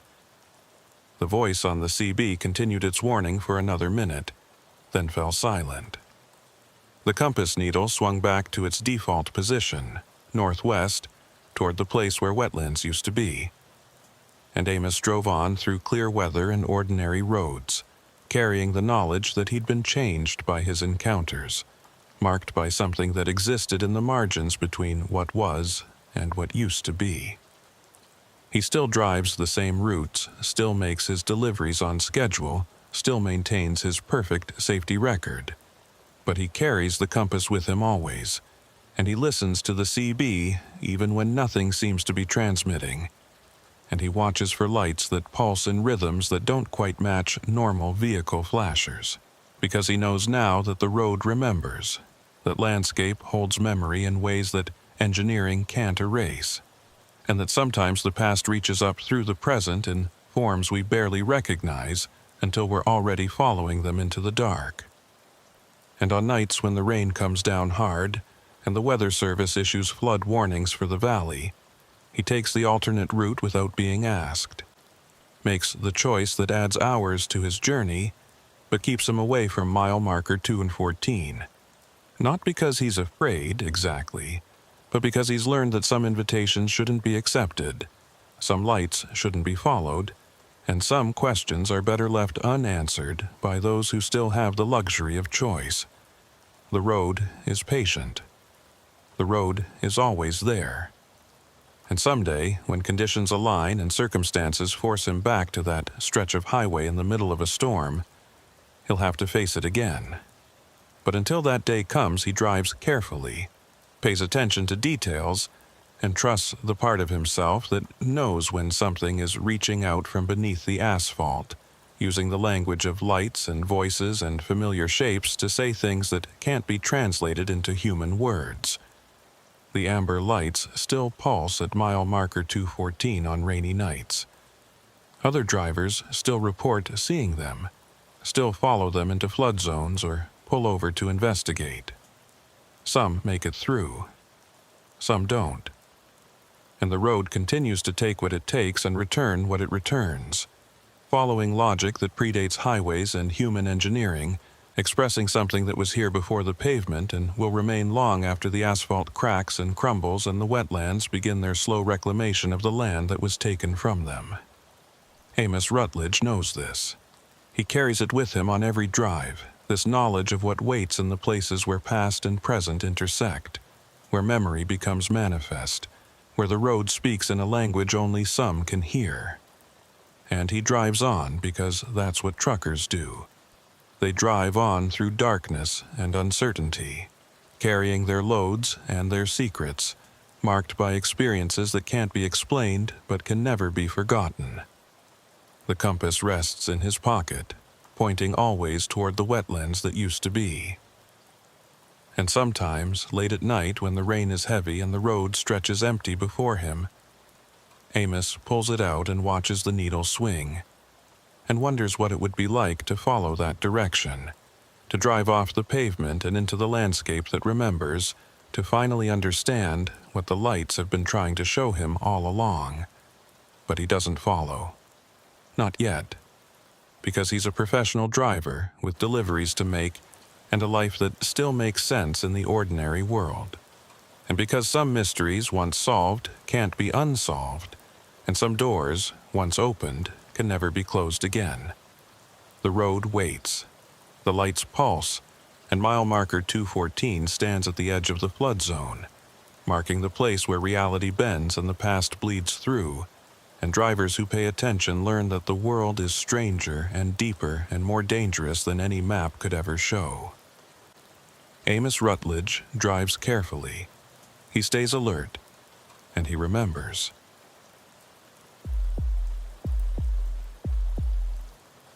The rain had been falling for 3 days straight when Ephraim Kincaid picked up the load in Charlotte, and the Weather Service was calling it a 100-year storm, the kind of sustained downpour that turned creeks into rivers and turned rivers into something that didn't have a name yet. Ifif had been driving trucks for 16 years, hauling everything from furniture to frozen food across the eastern seaboard, and he'd learned to respect water in all its forms.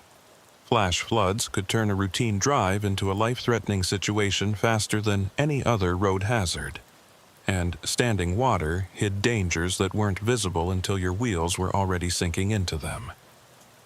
But the load needed to move.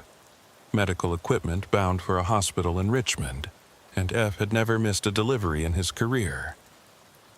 The dispatcher had given him the option to wait out the storm, but that would mean delays that could cost the company money and potentially put patients at risk if the equipment was urgently needed. So he'd done his pre-trip inspection in the driving rain, secured his load with extra care, and pulled out of the distribution center just after dawn on a Thursday morning that looked more like dusk. The interstate was manageable at first, traffic moving slowly but steadily through the downpour. Other trucks shared the road with him, their running lights creating brief moments of solidarity before they took different exits or pulled into rest areas to wait for conditions to improve. EFH kept his speed conservative, maintained proper following distance, and listened to the weather updates on the AM band, tracking the storm's progression and the flood warnings that seemed to multiply with each passing hour. He was somewhere in the middle of Virginia, maybe 40 miles south of Richmond, when he saw the detour signs. Orange barricades blocked the northbound lanes, and digital message boards flashed warnings about flooding ahead and mandatory exit at the next ramp. A highway crew in rain gear waved traffic toward the off-ramp, directing vehicles onto a state route that would bypass the flooded section and rejoin the interstate further north. EFH followed the line of cars and trucks taking the detour, watching his GPS recalculate the route to account for the change. The state road was 2 lanes, well-maintained but narrow, cutting through farmland and patches of forest that looked waterlogged and miserable in the gray morning light. The rain continued its relentless assault, and his wipers struggled to keep up even on the highest setting, creating brief windows of clarity followed by sheets of water that turned the windshield into an impressionist painting. The detour route climbed gradually into higher terrain, away from the valley where the flooding was worst, and for a while the driving became slightly easier. The road surface was wet but not submerged, and the traffic spread out as faster vehicles passed the slower trucks and RVs that labored up the inclines. EFH maintained his position in the right lane, content to take his time, to arrive safely rather than quickly. He was checking his mirrors and preparing to navigate a gentle curve when he saw it. A yellow shape in the median, just barely visible through the rain. His first thought was construction equipment, maybe a backhoe or grader left by the road crew. But as his headlights swept across it, the shape resolved into something instantly recognizable and completely wrong for this location. A school bus, full-sized, sitting at an angle in the grass median between the northbound and southbound lanes, its front end pointing south as if it had been traveling in the opposite direction before somehow ending up off the road. The yellow paint was faded and streaked with rust, and several windows appeared to be broken or missing entirely. It looked abandoned, like it had been sitting there for months or years rather than being recently involved in an accident. EFH felt his stomach tighten. A school bus in the median should have been surrounded by emergency vehicles, police cars, fire trucks, ambulances. There should have been flares, warning signs, responders working to secure the scene and help any passengers. But there was nothing. Just the bus sitting alone in the rain, dark and silent, with no indication that anyone knew it was there or cared that it existed. He slowed immediately, his training and his instincts both screaming that something was seriously wrong. His CB radio had been quiet for the past 20 minutes, but he grabbed the handset now and keyed the transmit button. "This is eastbound on State Route 42, approximately mile marker 18. Got a school bus in the median, appears to be abandoned. Anyone know anything about this? Static answered him, thick and crackling with the kind of interference heavy rain produced. He tried again, rephrasing the question, but got the same response. Just noise, no voices, no acknowledgement that anyone had heard him. He switched channels, tried the emergency frequency, even attempted to raise the highway crew that had directed him onto the detour, but the radio gave him nothing but variations of static. The bus was maybe 100 yards ahead now, and F could see more details as he approached. The emergency exit at the rear was hanging open, swinging slightly in the wind. Mud covered the lower panels, splattered up from the wheels as if the bus had been driven through deep water or soft ground. And there, on the side panel just below the windows, he could make out a number. 1247. The paint was old and fading, but the digits were still legible. A car passed him going the opposite direction, its headlights briefly illuminating the bus from the other side, and Eve caught a glimpse of movement inside, or thought he did. It was hard to be sure through the rain and the dirty windows, but something had shifted in there, a shadow moving from one seat to another. He couldn't just drive past. If there were people inside that bus, especially children, they needed help. The fact that there were no emergency vehicles on scene suggested that maybe the accident had just happened, that he was the first person to come across it. Or maybe, and this thought made his chest tight, maybe the bus had been here longer and everyone else had simply driven past without stopping, assuming someone else had already called it in. F activated his hazard lights and carefully pulled onto the shoulder, positioning his truck so it would be visible to traffic coming from both directions. He set his air brakes, grabbed his rain jacket and flashlight, and climbed down from the cab into the downpour. The rain was cold and driving, hitting him hard enough that it stung exposed skin, and the ground beneath his boots was soft, water pooling in every depression. He approached the bus cautiously, his flashlight beam cutting through the rain and playing across the yellow panels. Up close, the deterioration was even more apparent. The paint wasn't just faded, it was peeling in long strips, exposing rust underneath. The tires looked dry-rotted, cracked, and sagging as if they'd lost most of their air pressure. The whole vehicle had the appearance of something that had been sitting derelict for a very long time, not something that had recently been in service. But that didn't make sense. If this was an abandoned bus that had been here for months or years, why hadn't it been towed? Why wasn't it on the incident reports that Highway Patrol would have filed? Why did it look like it had just been driven through mud and water, with fresh splatter patterns that couldn't be more than hours old? FH reached the front of the bus and shined his light through the windshield. The driver's seat was empty, the steering wheel covered in a layer of grime. Rain poured through gaps where the windshield seals had deteriorated, creating small waterfalls that splashed onto the dashboard. The interior looked abandoned. Seats covered in debris and what might have been animal droppings, the floor littered with trash that had accumulated over time. But there, about halfway back, was fresh mud. A trail of it leading from the emergency exit at the rear toward the front, as if someone had walked through the bus recently, their shoes leaving wet prints that hadn't had time to dry. And now that he was closer, Eve could hear something, a sound that made his skin crawl despite his determination to stay rational. Children's laughter, faint and distant, like it was coming from very far away or from behind thick walls, but unmistakable in its quality. The high-pitched, unself-conscious sound of kids finding something genuinely funny. It rose and fell in waves, punctuated by what sounded like whispered conversation, though he couldn't make out any actual words. Eve's hand tightened on his flashlight. The logical part of his brain insisted this was just audio distortion caused by the rain. Wind whistling through broken windows, creating sounds that his pattern-seeking mind interpreted as human voices. but the part of him that had survived 16 years on the road by trusting his instincts was screaming that something was deeply wrong here, that he should get back in his truck immediately and call for official help rather than investigating alone. He compromised by moving to the side of the bus and shining his light through one of the intact windows. The beam illuminated rows of seats, all facing forward in the standard configuration. Most were empty, but 3 seats near the middle showed signs of recent occupancy.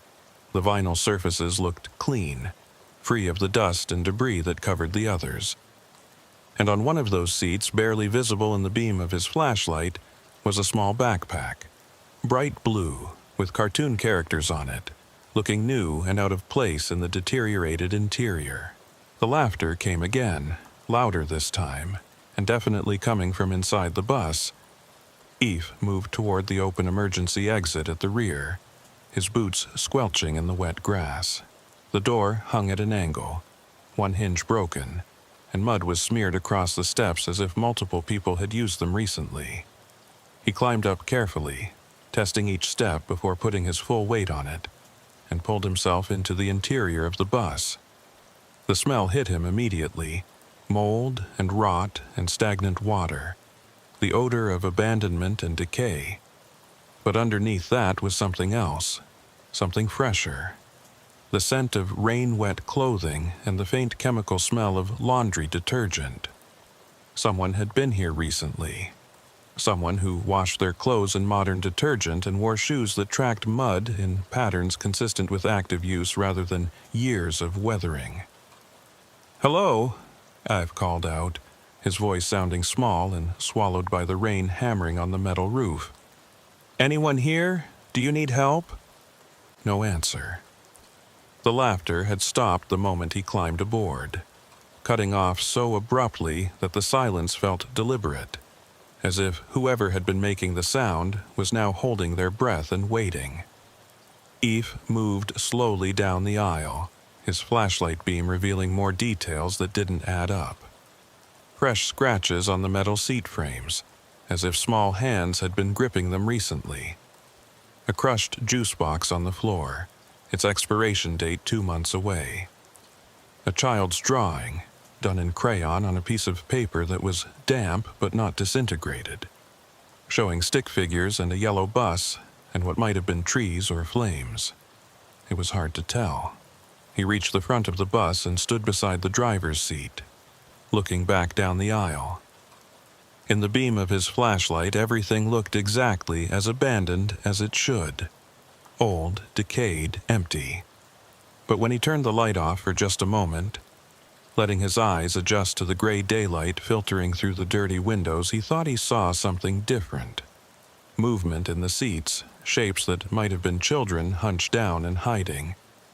But when he turned the light back on, there was nothing. Just empty seats and accumulated debris.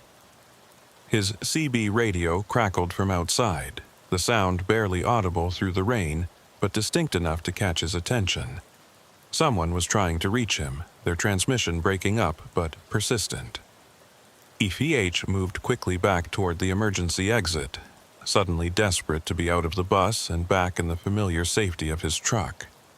He climbed down into the rain and sloshed through the mud back to his rig, his heart pounding harder than the physical exertion warranted. He grabbed his CB handset, water dripping from his jacket onto the floor of the cab. "This is eastbound on Route 42. Someone trying to reach me?" A woman's voice came through, clearer now that he was in his truck with the radio's antenna. "This is Boyd at Central Dispatch. We got a ping from your truck's GPS showing you stopped in an unusual location. Everything okay out there?" "I'm at mile marker 18. Got a school bus in the median that looks abandoned but shows signs of recent activity. I need highway patrol to check it out. Possible stranded passengers, though I couldn't find anyone inside." There was a pause, and when Boyd spoke again, her voice had taken on a different quality. Still professional, but with an underlying tension that Efish couldn't quite interpret. "Say again? Did you say a school bus?" "Affirmative. Yellow school bus, number 1247, sitting in the grass median. Looks old and deteriorated but has fresh mud and what appears to be recent use. I heard sounds inside but couldn't locate anyone when I investigated. Another pause, longer this time. "Stand by," Boyd said. "I'm checking something." F sat in his cab with the engine idling, watching the bus through his rain-streaked windshield. Now that he was back in his truck, the whole thing felt surreal, like he'd stepped briefly into some alternate version of reality before returning to the normal world. The bus sat exactly as it had before, dark and silent, with no indication that anyone had ever been inside or that anything unusual had just occurred. Boyd came back on the line and her voice was careful, measured in a way that immediately put Eve on alert. "Driver, I need you to confirm the bus number. You said 1247? That's correct. Painted on the side panel, below the windows. Why? Because according to our records, bus 1247 was decommissioned and scrapped 8 months ago. It was involved in an accident on Route 42, approximately mile marker 18, last October during heavy flooding. The bus went off the road into the median and we had it towed to a salvage yard in November. There shouldn't be any bus at that location." Eve stared at the yellow shape in the median, feeling something cold settle in his chest. "Well, there's definitely a bus here, and it matches the number you just mentioned. Are you saying this is the same vehicle that was supposedly scrapped?" "I'm saying that's impossible," Boyd replied, but she didn't sound convinced by her own words. "Let me contact Highway Patrol and get someone out there to verify. In the meantime, I need you to stay with your vehicle and keep your doors locked. Do not approach the bus again. Do you understand?" "Understood," Eve said, though he wasn't sure he understood anything anymore. "How long until Highway Patrol arrives?" "They're dispatching a unit now. Should be there in 20 minutes, maybe less. Just sit tight." The transmission ended, and Eve was left alone with the rain and the idling engine and the school bus that shouldn't exist sitting in the median like a challenge to everything he thought he knew about how reality worked. He pulled out his phone to document the scene, taking several photos through his windshield, but the rain and the distance made the images frustratingly unclear. The bus was visible, certainly, but the details were lost in the weather and the poor lighting. He was reviewing the photos when he noticed something that made his breath catch. In one of the images, taken at a slightly different angle than the others, there was a face in one of the bus windows. Small and pale, pressed against the glass, with dark eyes that seemed to be staring directly at the camera. But when he looked up at the actual bus, squinting through the rain, he could see that particular window was empty. And when he checked the other photos, the ones taken seconds before and seconds after, there was no face in any of them. Just that one image, that one impossible moment captured by his phone's camera. Eve zoomed in on the photo, trying to make out more details, and felt his stomach turn. The face wasn't quite right. The proportions were off somehow, the eyes too large, the mouth too small, as if someone had drawn a child's face from memory without quite getting all the details correct. And there was something about the expression that disturbed him on a level he couldn't articulate. Not fear or sadness or any emotion he could name, but something else entirely. Something that suggested the face's owner was looking at him the same way he might look at an insect, with detached curiosity and no real understanding of what they were seeing. He deleted the photo immediately, an instinctive reaction he couldn't explain or justify. Then he sat in his truck and watched the bus and listened to the rain hammer against his cab and waited for Highway Patrol to arrive and tell him that everything had a rational explanation, that there was nothing to worry about, that the world still made sense in all the ways it was supposed to. Highway Patrol arrived 18 minutes later, a single cruiser with lights flashing but no siren, pulling onto the shoulder behind Eve's truck. The officer who emerged was older, maybe late 50s, with the weathered look of someone who'd spent decades working outdoor assignments in all kinds of conditions. He approached Eve's door, rain dripping from the brim of his campaign hat, and gestured for him to roll down the window. "You the driver who called in the bus?" the officer asked, his voice carrying the flat professional tone of someone who'd handled thousands of incidents and wasn't easily surprised by anything anymore. "That's right," Eve confirmed. "Ephraim Kincaid. I spotted it maybe 25 minutes ago, checked inside for passengers, couldn't find anyone, but heard sounds that made me think someone might be in there. Dispatch said the bus was supposed to be scrapped months ago." The officer nodded slowly, his eyes moving past Eve to focus on the yellow shape in the median. His expression didn't change much, but Eve caught something. A brief tightening around the eyes, a subtle shift in posture that suggested recognition rather than surprise. "Stay in your vehicle," he said. "I'm going to take a look, then we'll talk about what happens next." Eve watched as the officer made his way through the rain toward the bus, his flashlight beam playing across the faded yellow panels. The approach was methodical, professional, the movements of someone who'd investigated countless disabled vehicles and knew exactly what to look for. He circled the bus once completely, examining it from all angles, then climbed up through the rear emergency exit just as Eve had done. The officer was inside for maybe 5 minutes, though it felt longer. Eve kept his eyes fixed on the bus, watching for any indication of what was happening in there. But the rain and the dirty windows made it impossible to see anything clearly. Finally, the officer reappeared, climbing down from the emergency exit and making his way back to Eve's truck.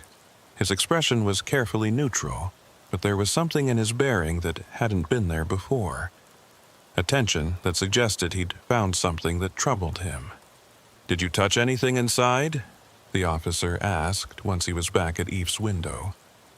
"Flashlight beam only," Eve replied. "Didn't move anything, didn't pick anything up. Just looked around trying to locate whoever was making those sounds I heard." "What kind of sounds?" "Children laughing. Talking, maybe, though I couldn't make out words. And footsteps like someone moving around between the seats."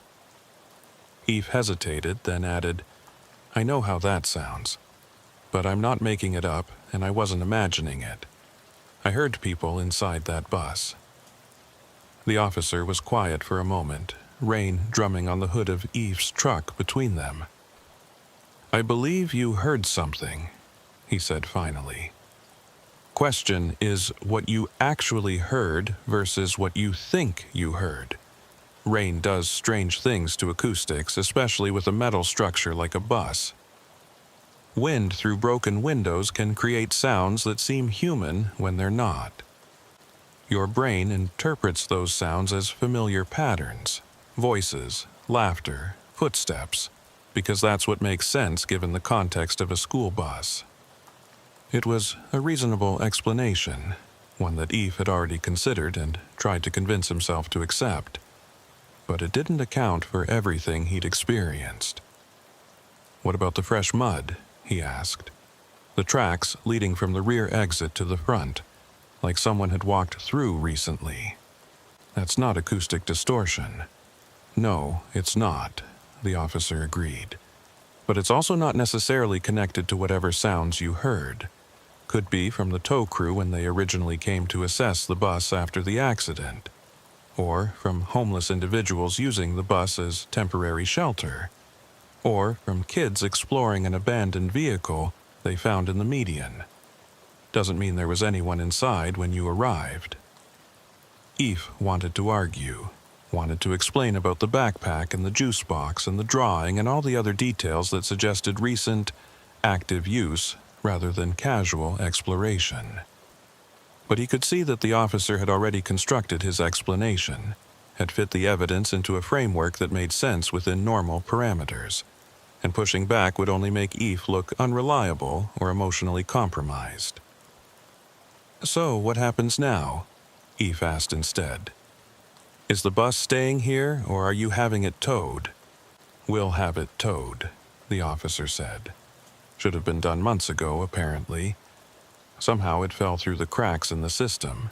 Paperwork got misplaced or filed incorrectly. These things happen, especially with incidents during major weather events when everyone's stretched thin. He pulled out a notepad and started writing. I need your full name, your company information, and your destination for the record. This'll go in the report as a citizen call about abandoned property. Nothing more complicated than that. Ify provided the information, watching as the officer documented everything in neat handwriting that somehow remained legible despite the rain spotting the paper. The whole interaction felt wrong, felt like an elaborate performance designed to categorize the incident as mundane and unremarkable. But Eve couldn't articulate why he felt that way without sounding paranoid or irrational. So he kept his concerns to himself and answered the questions as straightforwardly as possible. You're free to continue your route, the officer said once he'd finished writing. We'll take care of the bus. If we need any follow-up information, we have your contact details. What about the accident you mentioned? Eve asked. The one from last October. What happened? Was anyone hurt? The officer's expression closed down slightly, becoming more formal and distant. That's part of an ongoing investigation. I can't discuss details, but I can tell you that all passengers were accounted for at the time, and standard protocols were followed. There's nothing about that incident that should concern you. Except the officer's body language suggested otherwise. The way he'd positioned himself, slightly angled so his back was toward the bus, as if he didn't want to look at it directly. The way his hand kept moving toward his radio as if he was fighting the urge to call for backup or additional support. The way his eyes kept flicking to Eve's truck, checking the windows and mirrors, making sure there was nothing behind or around them that shouldn't be there. You've seen this bus before, Eve said quietly. You knew what I was talking about the moment I mentioned it. This isn't the first call about it, is it? For a moment, the officer's professional mask slipped, and Eve saw something underneath. Exhaustion, maybe, or frustration, or the kind of weariness that came from dealing with situations that defied easy explanation. Like I said, Mr. Kincaid, you're free to continue your route. Have a safe trip to Richmond. He turned and walked back to his cruiser before Eve could ask anything else, moving with deliberate purpose through the rain. Eve watched him go, watched him sit in his vehicle for several minutes doing something on his computer or his radio, and then watched him drive away, heading south on the state route without even a final glance at the bus in the median. H sat in his truck for another 10 minutes, engine idling, trying to decide what to do. Every instinct told him to drive away, to put distance between himself and whatever was sitting in that median pretending to be an abandoned school bus. But another part of him, the part that had spent 16 years solving problems and fixing situations and taking responsibility when others wouldn't, wanted answers. Wanted to understand what he'd actually encountered and why both Boyd and the highway patrol officer had reacted with what felt like recognition rather than surprise. He pulled out his phone and called the dispatch number, getting Boyd on the second ring. This is Kincaid. Highway patrol just left. They're saying the bus somehow didn't get properly removed after the original accident, that it's just been sitting here for months and I'm the first person to report it. Does that match what you found in your records? There was a pause, and Eve heard the sound of fingers on a keyboard in the background. That's what the official paperwork says, Boyd replied. But I did some additional checking after we talked, and there's something odd about the timeline. The bus was reported as towed to salvage on November 3rd, and there's documentation showing it was processed for scrap. But then, 3 weeks ago, there was a notation in the system about the same bus number being found abandoned on Route 42. No explanation for how it got back there. No investigation opened. Just a note that it needed to be removed again. 3 weeks ago, Eve repeated, feeling his stomach tighten. Was it actually removed that time? According to the records, yes. Towed by McClellan Salvage on February 19th, signed off by the same officer who just visited you, and marked as completed. But obviously the bus is still there, which means either the paperwork is wrong or something else is going on. Who's the officer? Eve asked, the one who signed off on the tow. More keyboard sounds. Name listed is Sergeant Tolliver, first initial R. Based out of the county substation, been with Highway Patrol for 23 years. Clean record, solid performance reviews, no disciplinary issues. He was just here, Ehef said. And he acted like he'd never seen the bus before today, like this was the first time anyone had reported it. Why would he lie about that if he's the one who supposedly had it towed 3 weeks ago? Boyd was quiet for a long moment. I don't know, she said finally, but I think you should continue your delivery and stay away from that bus. Whatever's going on with it, it's above your pay grade and mine. Let the authorities handle it. Except they're not handling it, Eve pointed out. They're documenting it and driving away and leaving it sitting there in the median where the next driver who comes through will see it and potentially stop to investigate, just like I did.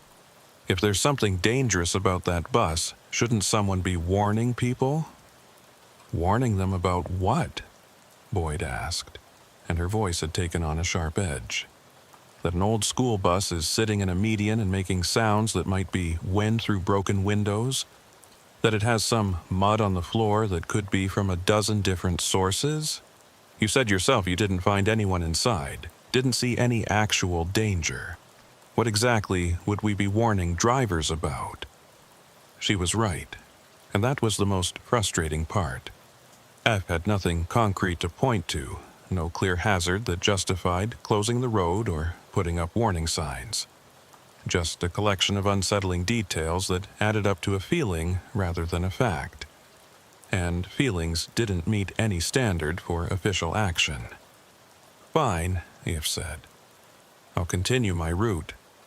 But for the record, I think something's wrong here, and I think people know more than they're saying. Noted, Boyd replied. Your concern is noted and will be included in the incident report. Now please, finish your delivery. The hospital's expecting that equipment by this afternoon. Eve ended the call and sat staring at the bus for another minute, trying to memorize every detail in case it mattered later. Then he released his air brakes, put the truck in gear, and pulled back onto the highway, leaving the yellow shape in the median behind him. As he drove away, he checked his mirrors obsessively, watching the bus recede into the distance, half expecting to see it move or change or reveal something that would finally make sense of what he'd experienced. But it just sat there, dark and silent in the rain, looking exactly like what it was supposed to be. An old, abandoned vehicle that had been forgotten by the system and left to rot in a median strip. Except F knew it wasn't that simple. Knew there was more to the story than anyone was willing to admit, and the knowledge sat in his chest like a stone. He made his delivery to Richmond without incident, unloaded the medical equipment, and collected his paperwork. The hospital loading dock manager chatted pleasantly about the weather, while Eve completed his documentation, complaining about the flooding and the road closures and how the storm was making everything difficult. Normal conversation, grounded in ordinary concerns, and Eve latched onto it like a lifeline, grateful for anything that felt mundane and real. He was preparing to leave Richmond and head back south when his phone rang. Unknown number, local area code. He almost didn't answer, but something made him pick up. Kincaid. Mr. Kincaid, this is Luella March. I'm a nurse at County General, and I got your number from Boyd Langer at Central Dispatch. She said you might be willing to talk to me about something you saw this morning on Route 42. Eve felt his guard go up immediately. Who are you, and why would Dispatch give you my personal number? "I apologize for the intrusion," Luella said, and her voice carried genuine contrition. "Boyd and I are old friends, and I asked her to connect me with the driver who reported the bus. I need to know exactly what you saw and heard, because I think it might be connected to something that happened to my nephew last year." "Your nephew," F repeated slowly, his mind already making connections he didn't want to make. "He was on that bus," Luella said quietly. "On October 24th, when it went off the road during the flooding. He was one of 17 children being transported from an after-school program back to their homes. The bus hydroplaned in standing water, went into the median, and tipped onto its side. All the children got out safely, or so we were told. But my nephew Tommy, he was never the same after that day. He started having nightmares saying he'd left something on the bus, saying he needed to go back and get it before it was too late. F pulled into a parking lot and killed his engine, giving the conversation his full attention. What kind of something? He wouldn't say exactly, just kept insisting that he'd left part of himself there, that the bus still had it, and if he didn't get it back soon, he'd forget how to be who he was supposed to be. Luella's voice cracked slightly. He was 7 years old, Mr. Kincaid. 7. And he became so obsessed with that bus that his parents took him to therapists, put him on medication, did everything they could think of to help him process the trauma. "Where is he now?"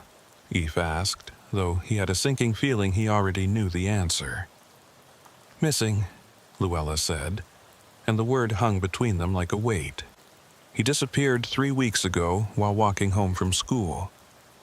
There was a massive search, hundreds of volunteers, police from 3 counties.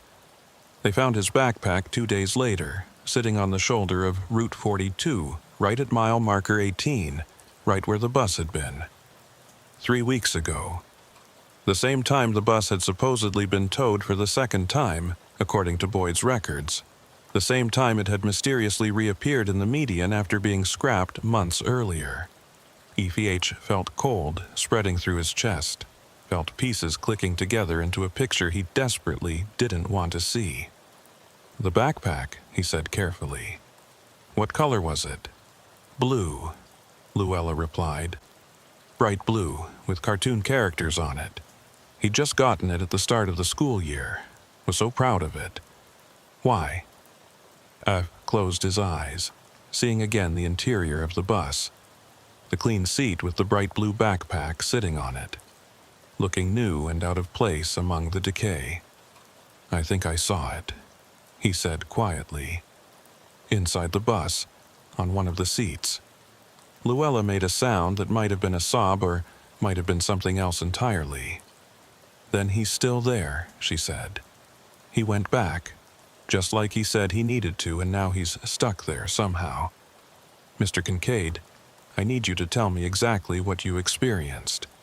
Every detail, no matter how strange it sounds. Because if there's any chance Tommy is still alive, if there's any possibility of getting him back, I need to know what we're dealing with."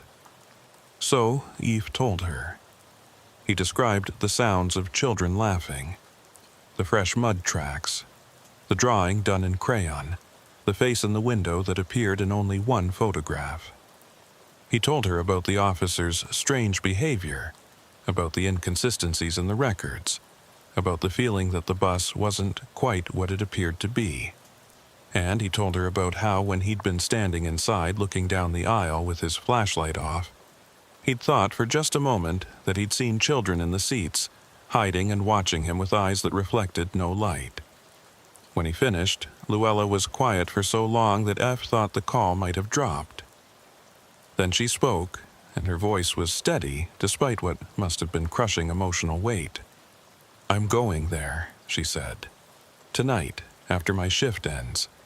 I'm going to that bus, and I'm going to call for Tommy, and I'm going to keep calling until I get an answer, or until someone physically removes me from the scene. Will you help me?" Every reasonable instinct Eva possessed screamed at him to say no, to stay away from the bus and the mysteries surrounding it, to leave this situation to professionals who were trained to handle missing children and unexplained phenomena. But he thought about the blue backpack, about a 7-year-old boy so convinced he'd left something vital behind that he'd walked back to the site of his trauma and somehow never returned.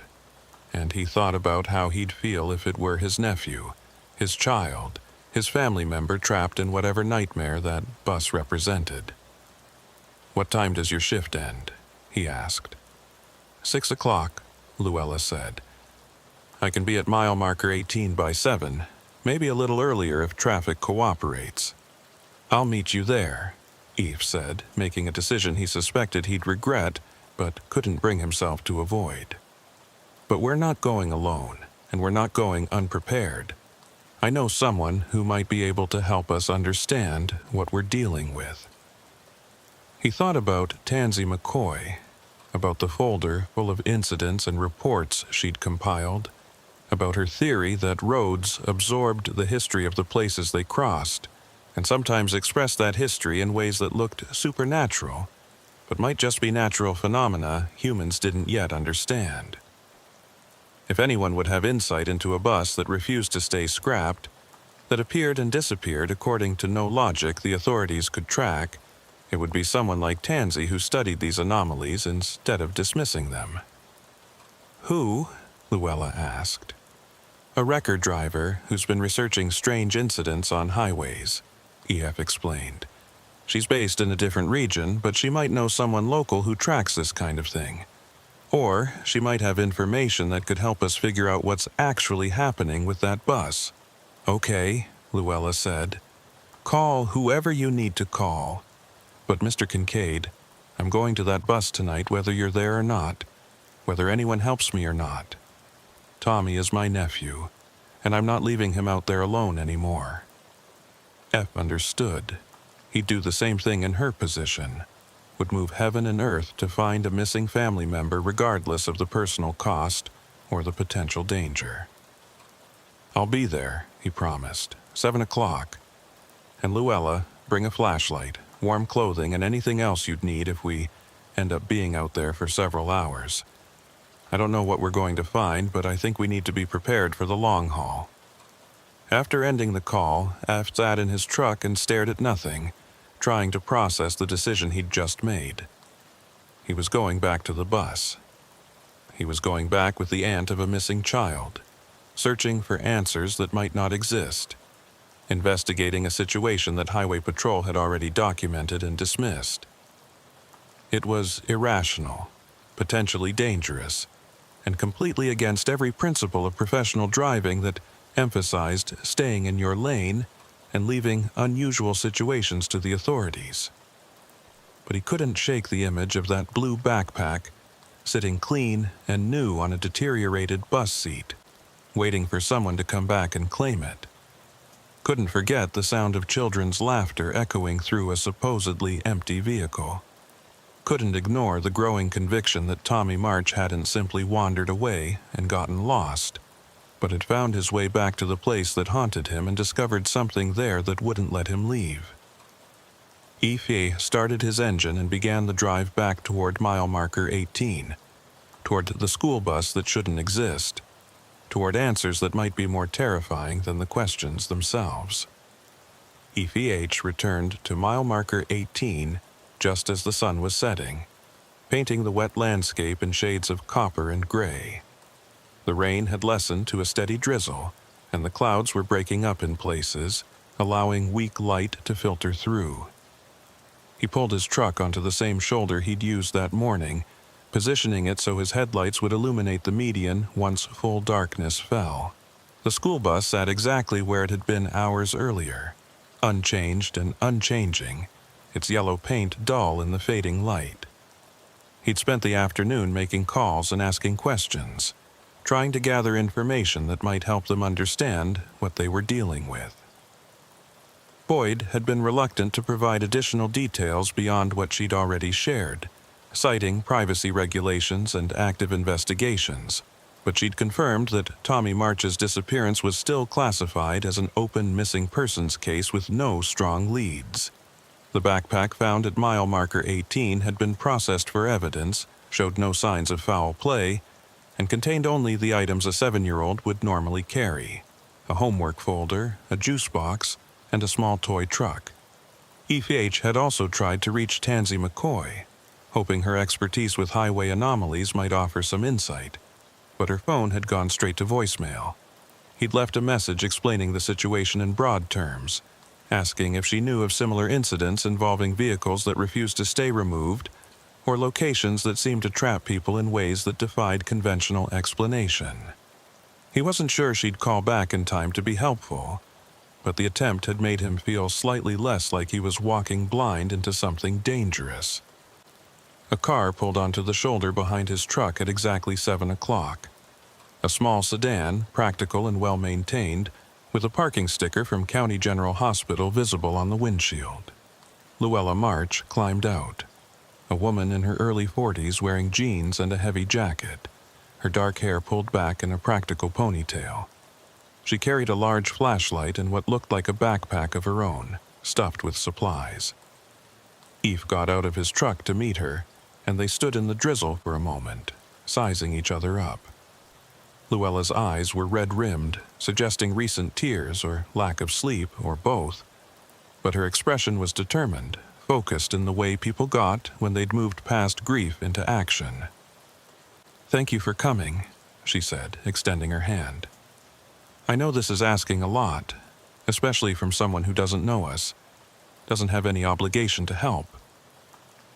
"I saw his backpack," Eve replied, shaking her hand. "And I heard those sounds in the bus. I can't just walk away from that, can't pretend it didn't happen. Besides, if there's even a small chance your nephew is out here somewhere, that he needs help, then this is the right thing to do." Luella nodded, looking past him at the bus in the median. "Has anything changed since this morning? Any signs of activity or movement?" "Nothing visible," Evie said. "But I've only been here for about 10 minutes. Highway Patrol hasn't come back, and I haven't seen any other vehicles stop to investigate. It's like people drive past without even noticing it's there." "Maybe they don't notice," Luella suggested. "Maybe it's only visible under certain conditions, or only to certain people. Tommy used to say things like that after the accident, that the bus was still calling to him, that he could hear it even when no one else could. We thought it was trauma, PTSD, the kind of intrusive thoughts children develop after frightening experiences. But what if he was actually perceiving something real, something the rest of us couldn't detect?" It was an unsettling theory, one that suggested the boundary between normal reality and whatever the bus represented was more permeable than Eve wanted to believe.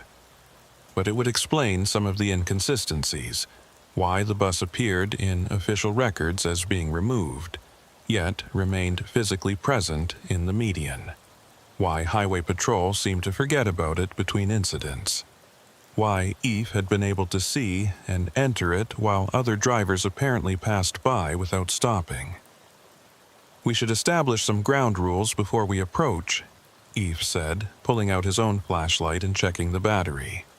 "First, we stay together. No one goes into the bus alone, no one wanders off to investigate something separately. Second, if either of us feels like something is wrong, like we need to leave immediately, we leave.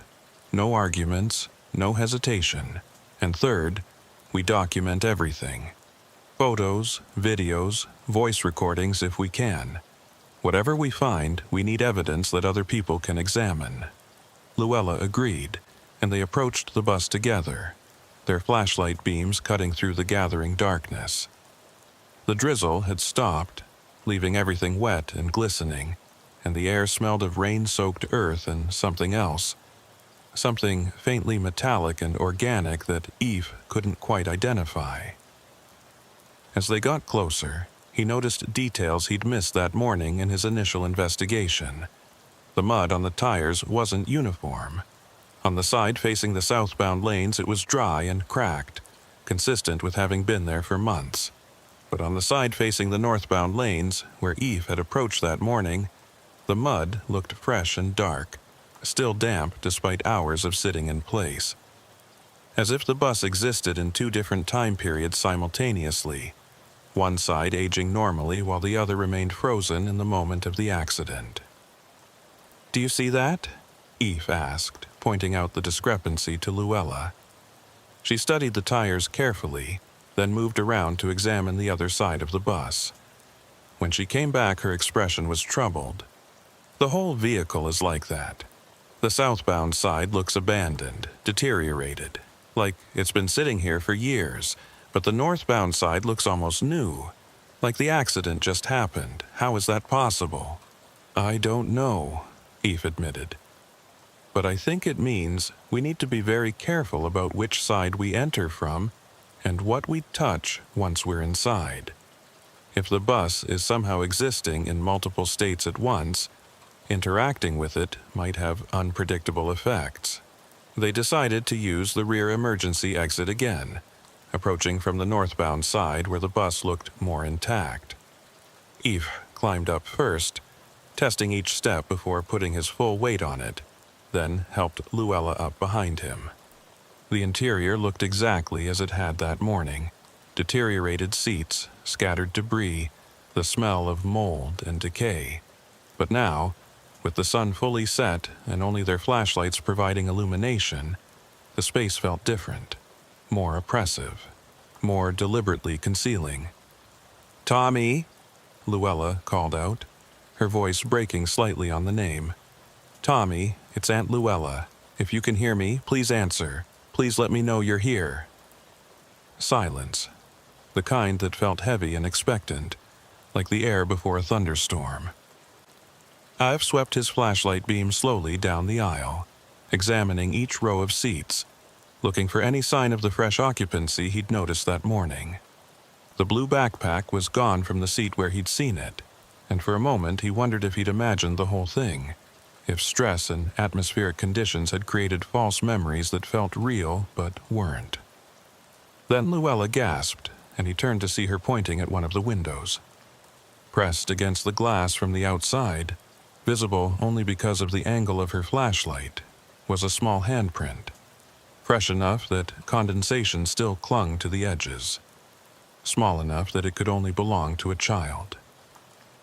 "That wasn't there before," Af said, moving closer to examine it. "I checked all the windows this morning, and there were no prints, no signs that anyone had touched the glass recently." Luella was already moving toward the front of the bus, calling Tommy's name again, her voice rising with desperation and hope.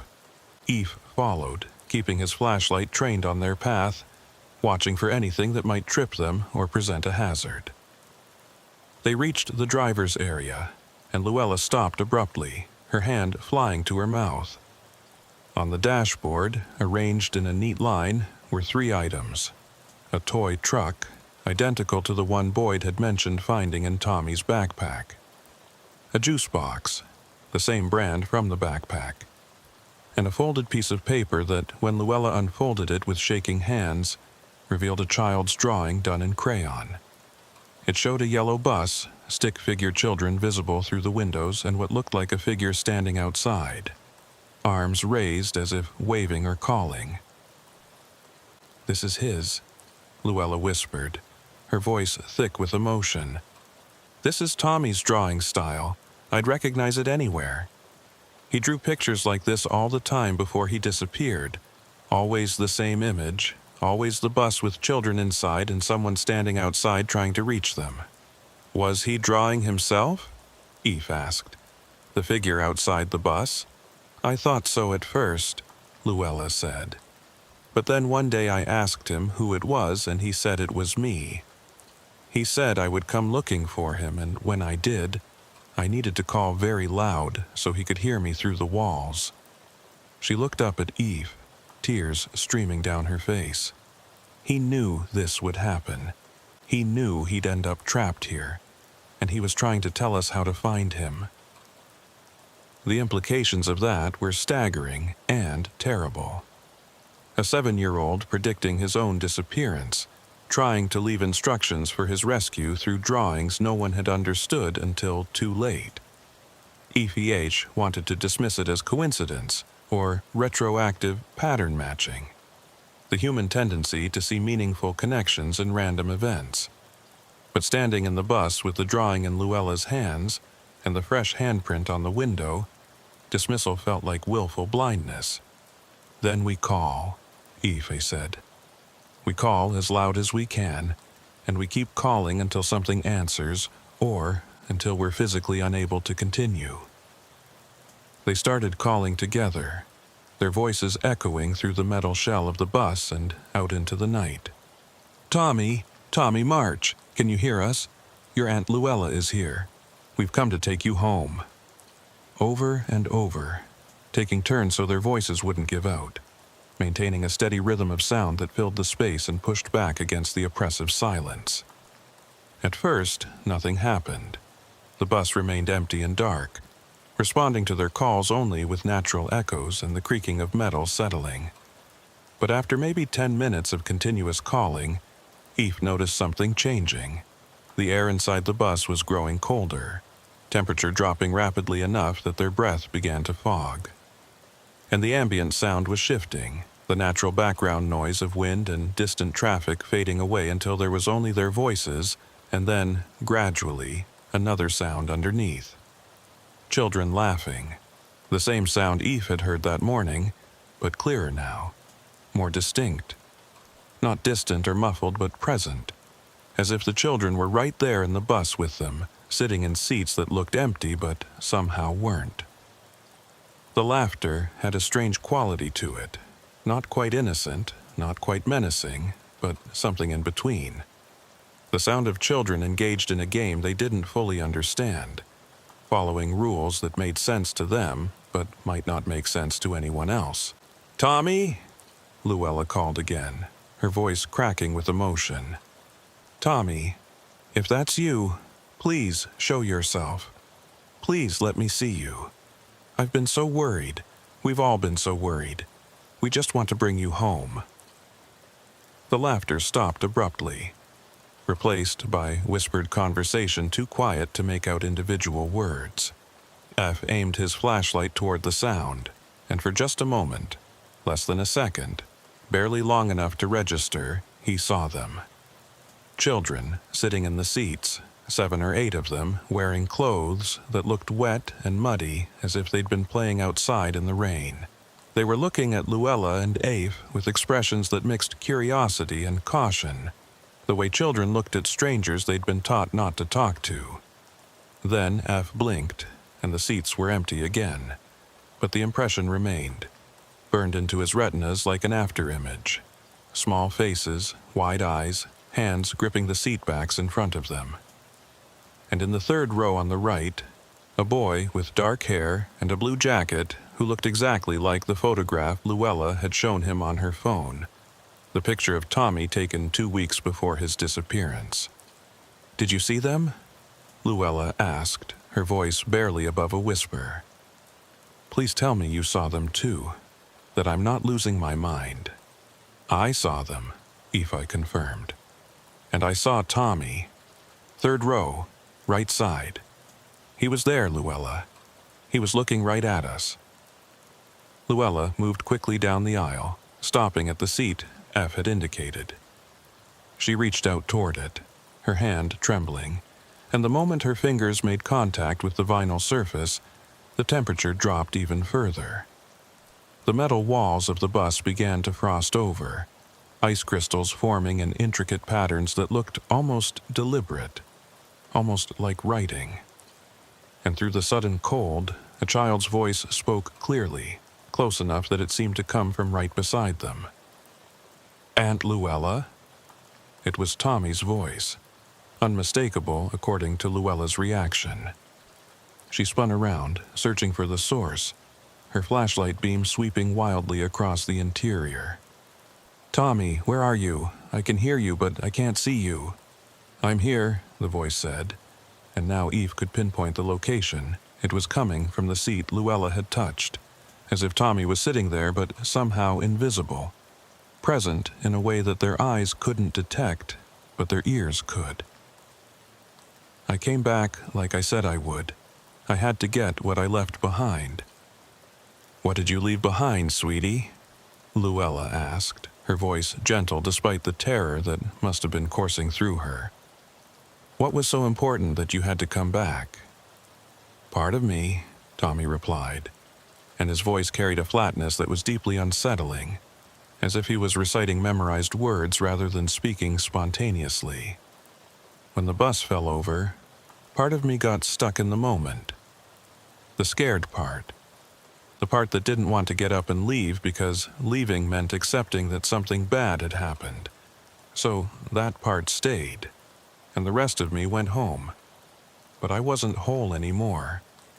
I could feel the missing piece calling to me, pulling at me, and finally I had to come back and get it." "And did you find it?" Eve asked, keeping his voice calm and level. "Did you find the part you were looking for?" A pause, during which the frost patterns on the walls seemed to shift and rearrange themselves. "I found it," Tommy said. "But now I can't leave. The scared part is stuck to this place, and when I came back to get it, I got stuck too. We're both here now, but we can't get out. The walls won't let us. The bus won't let us." Luella reached toward the seat again, her hand passing through empty air as if trying to touch a nephew she couldn't see. "Then we'll get you out," she said firmly. "That's why we're here, Tommy, to bring you home. Both parts of you. You don't have to be stuck anymore." "You can't get us out from inside," Tommy said, and his voice was fading now, becoming distant and echo-like. "You have to go outside and break the walls.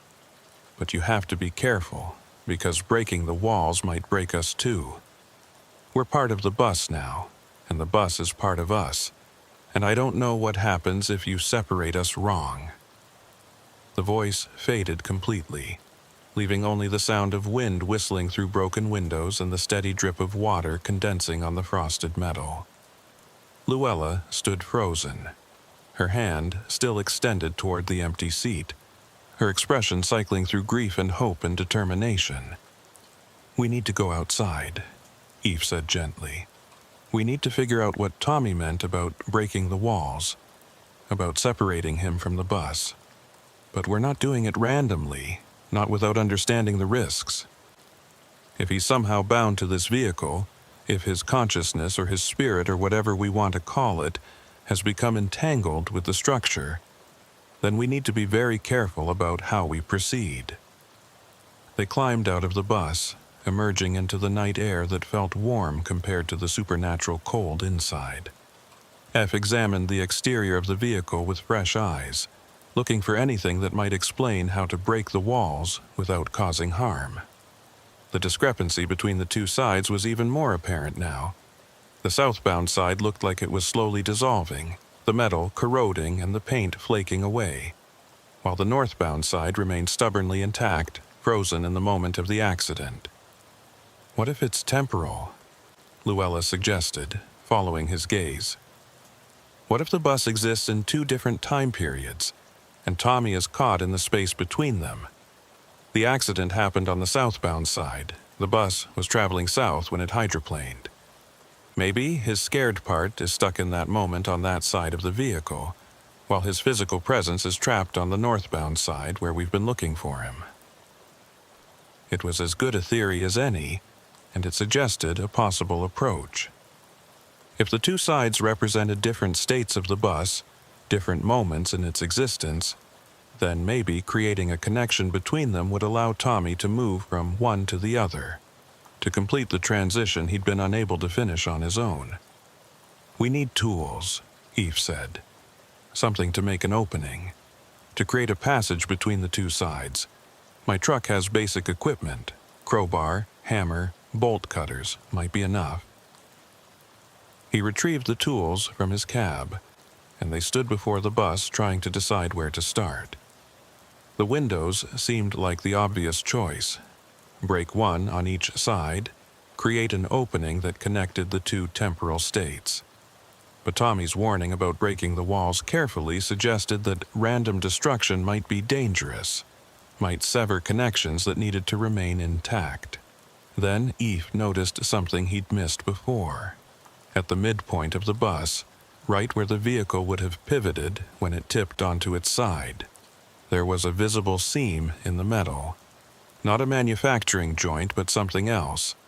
A line where the southbound deterioration met the northbound preservation, where past and present pressed against each other.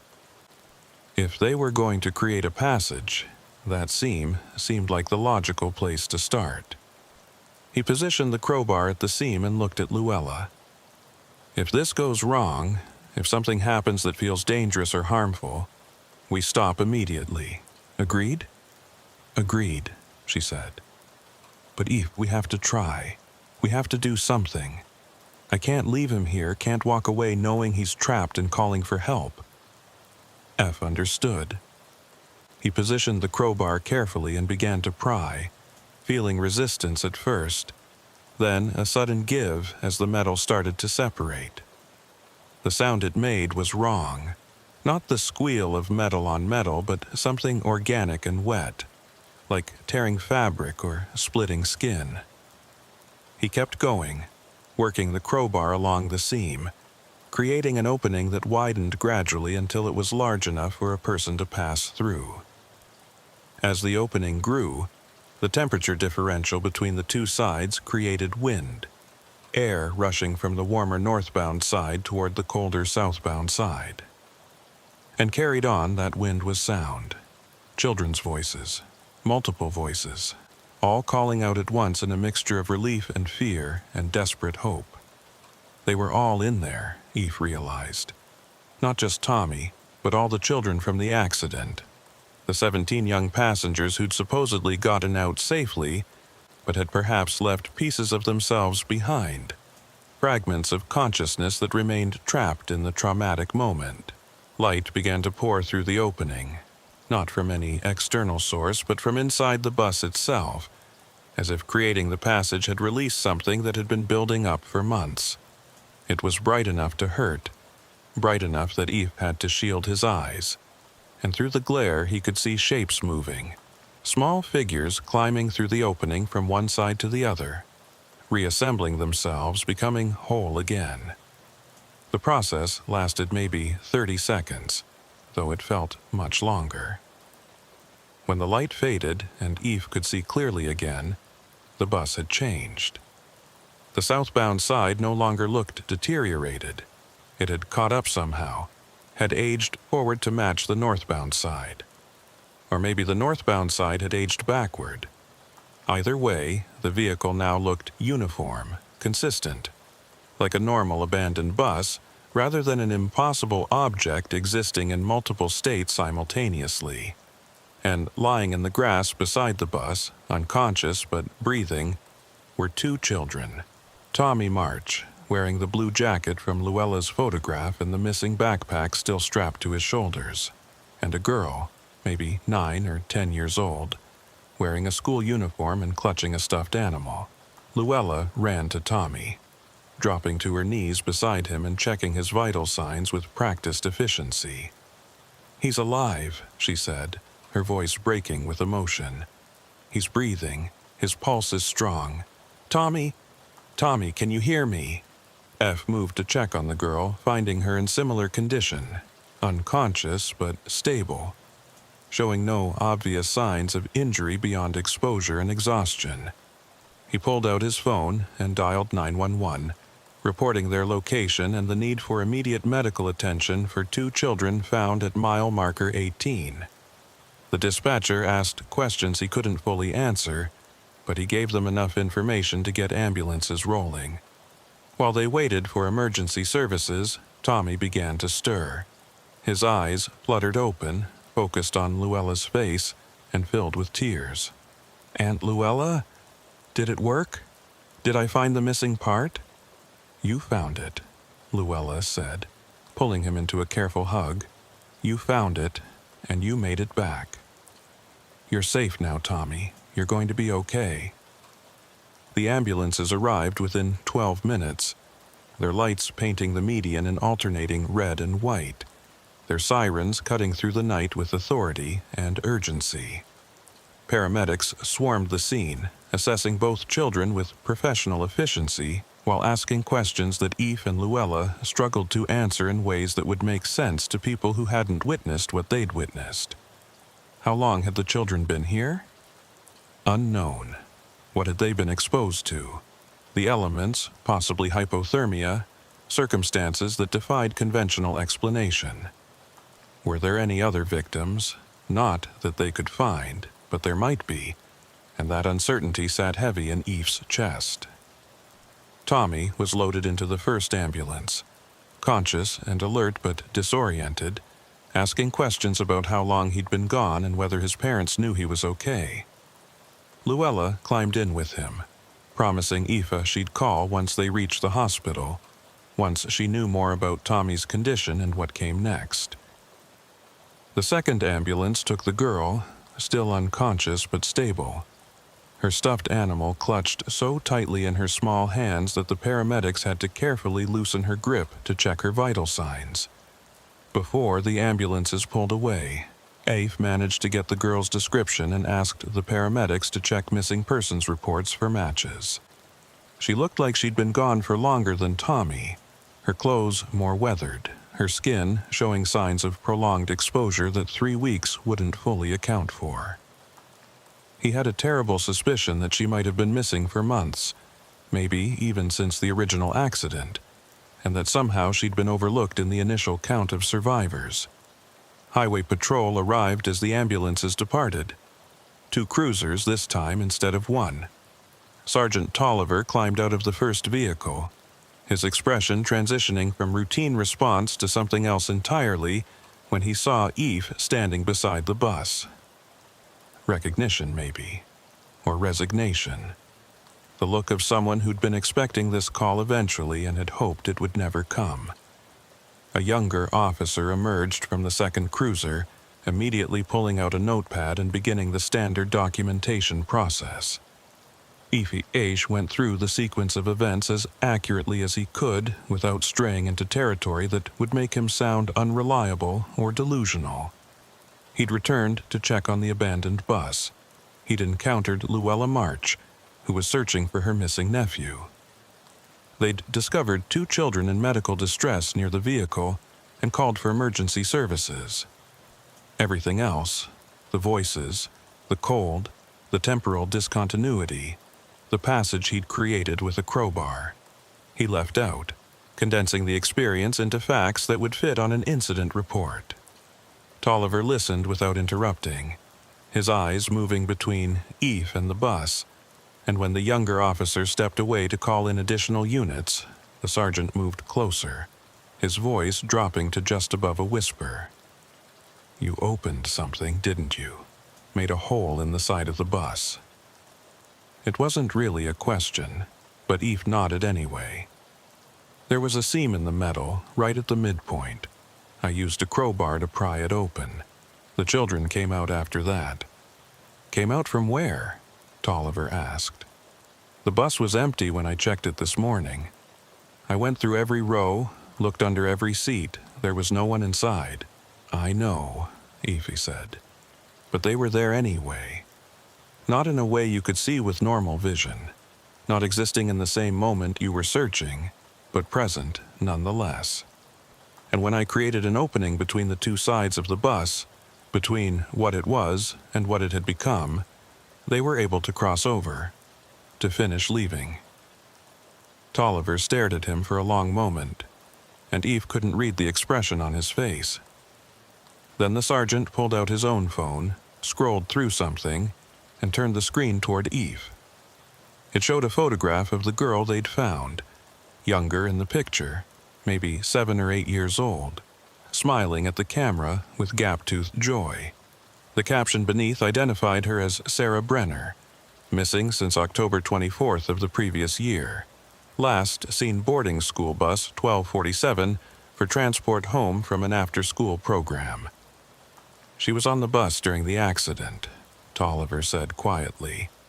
"But when we did the head count afterward, when we verified that all the children had gotten out safely, she wasn't among them.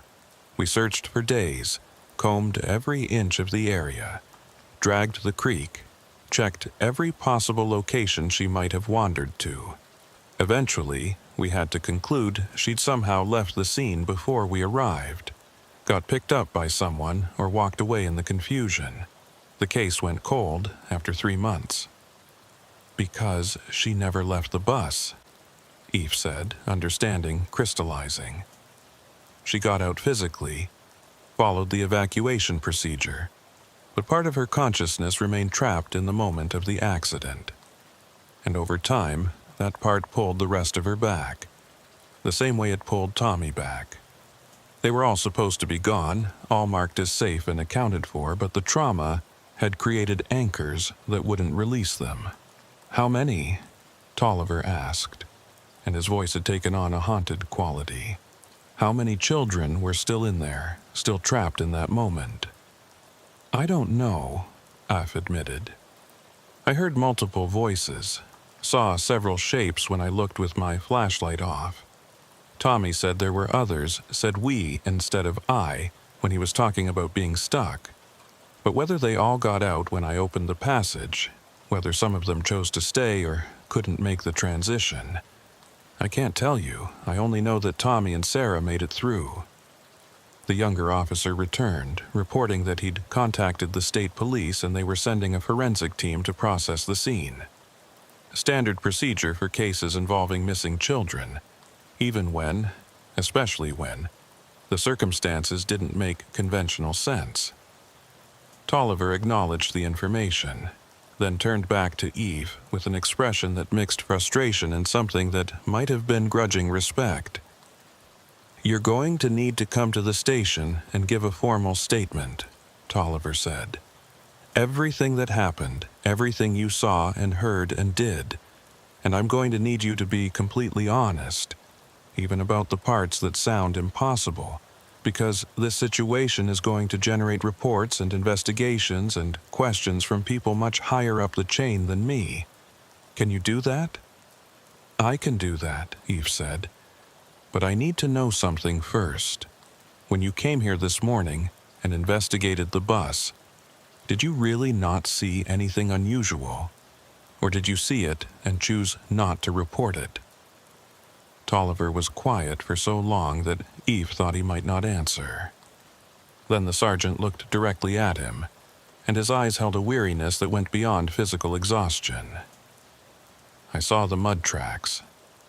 I saw the backpack. I heard sounds that could have been wind or could have been something else, but I also saw that the bus had been scheduled for removal twice already, that it kept reappearing in this median no matter how many times we had it towed, and I made a decision.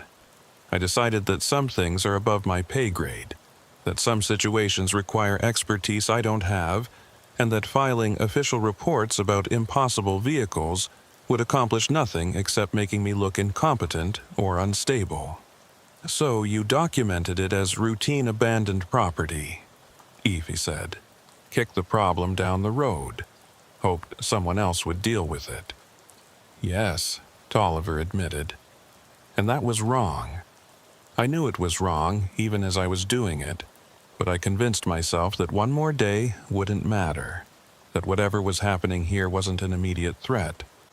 Then you called it in a second time, and the March woman started asking questions, and I couldn't keep ignoring it.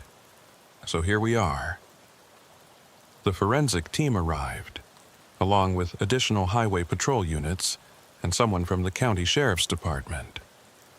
The scene transformed from a quiet stretch of median into a full investigation site, with evidence markers and camera flashes and official personnel documenting every detail. EPH gave his formal statement to a detective who recorded it all without visible reaction, neither accepting nor dismissing the supernatural elements, just collecting information for a report that would eventually make its way through bureaucratic channels. By the time they released him, it was nearly midnight. Eve climbed back into his truck, exhausted in a way that went beyond physical tiredness, and sat with the engine idling while he tried to process everything that had happened. He'd helped recover 2 missing children, had potentially saved their lives or their consciousness or whatever remained of them after being trapped in temporal limbo. That should have felt like victory, should have given him a sense of accomplishment and closure. Instead, he felt unsettled, hollowed out, because he kept thinking about what Tommy had said, about how he'd heard multiple voices, about the shapes he'd seen in those seats before the light had flared and the passage had opened. 2 children had come through, but how many had been inside? How many were still trapped, unable or unwilling to make the crossing, their fragments of consciousness still bound to the decaying vehicle in the median? His phone rang, and Luella's name appeared on the screen. He answered immediately. "How is he?" "Stable," Luella said, and he could hear the exhaustion and relief in her voice. "Physically, he's fine. Mildly dehydrated. Some exposure symptoms, but nothing serious. Mentally," she trailed off. "He keeps talking about the other children, asking if they made it out too, if they're safe. The doctors think it's trauma response. Survivor's guilt, maybe. But Eve, I think he actually knows. I think he's asking about specific individuals who were in there with him." "Sarah Brenner made it out," Eve said. "She's at the hospital too, I assume. But I don't know about the others. I don't know if there were others who came through or if they're still trapped." "Tommy says there were 15, Luella said, quietly. "He counted them while he was in there, recognized some of them from the accident, saw others who he'd never met, but who'd been drawn to the bus for the same reasons he was. 15 children, all caught in that moment, all unable to fully leave. If only 2 made it through the passage you created." She didn't finish the thought, but she didn't need to. 13 children still trapped, still waiting, still bound to a vehicle that existed in a state between accident and aftermath. 13 fragments of consciousness that might fade over time or might remain indefinitely, calling out to anyone who could hear them, trying to find their way back to the world they'd been separated from. "What do we do?" Luella asked. "We can't just leave them there. We can't tell their families that we found them, but couldn't bring them home." "I don't know if we can do anything," Eve said honestly. "The passage I created worked for Tommy and Sarah, but I don't understand why. I don't know if opening it wider would help the others or if it would make things worse. And I don't know if I'm the right person to be making those decisions. This is so far beyond what I'm qualified to handle." "But you're the one who did it," Luella pressed. "You're the one who figured out how to create the opening, who made it possible for Tommy to come back. If anyone can help the others, it's you." F wanted to argue, wanted to explain that what he'd done had been part instinct and part desperation and mostly luck, that he had no special knowledge or ability that would let him repeat the process reliably. But he thought about those voices he'd heard, about the shapes he'd glimpsed in the seats, about children trapped in a moment of fear and confusion with no one coming to help them. And he thought about how he'd feel if it were his child, his nephew, his family member stuck in that liminal space. "I'll go back tomorrow," he said. "In daylight, with proper equipment and someone who understands what we're dealing with better than I do. I'll contact the wrecker driver I mentioned, see if she can come out and assess the situation. And I'll talk to Tolliver, see if Highway Patrol can keep the area secured so no one else stumbles into this without knowing what they're walking into." "Thank you," Luella said, and the gratitude in her voice made Eve's chest tight. "Tommy's asking for you, by the way. He wants to say thank you in person. Could you stop by the hospital tomorrow before you go back to the bus?" "I'll be there," Eve promised.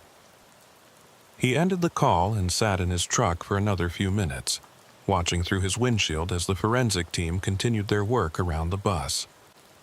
They were documenting it as a crime scene, collecting evidence that would be analyzed and cataloged and filed into reports that tried to make sense of something that defied conventional understanding. He wondered what they would conclude, what explanation would eventually emerge from the investigation. Prolonged exposure leading to confusion and false memories. Mass hallucination triggered by environmental factors? Something else entirely that bent the rules of reality in ways the authorities would never officially acknowledge? Boyd called as he was preparing to leave the scene, her voice tight with concern. I've been following the updates. 2 missing children recovered, both in stable condition, no indication of foul play, but circumstances remain unclear. Iffy. What actually happened out there? I'm not sure I could explain it in a way that would make sense, Iffy said. But I can tell you that school bus is more than just an abandoned vehicle.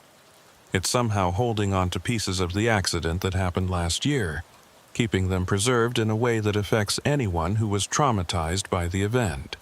Tommy and Sarah got pulled back because they'd left something behind, and that something wouldn't let them go. And you got them out, Boyd said. You found a way to release them. I found a way to release 2 of them, Eve corrected. But there might be more. There are probably more based on what Tommy is telling his aunt, and I don't know how to help them. Don't know if what worked once will work again. Boyd was quiet for a moment.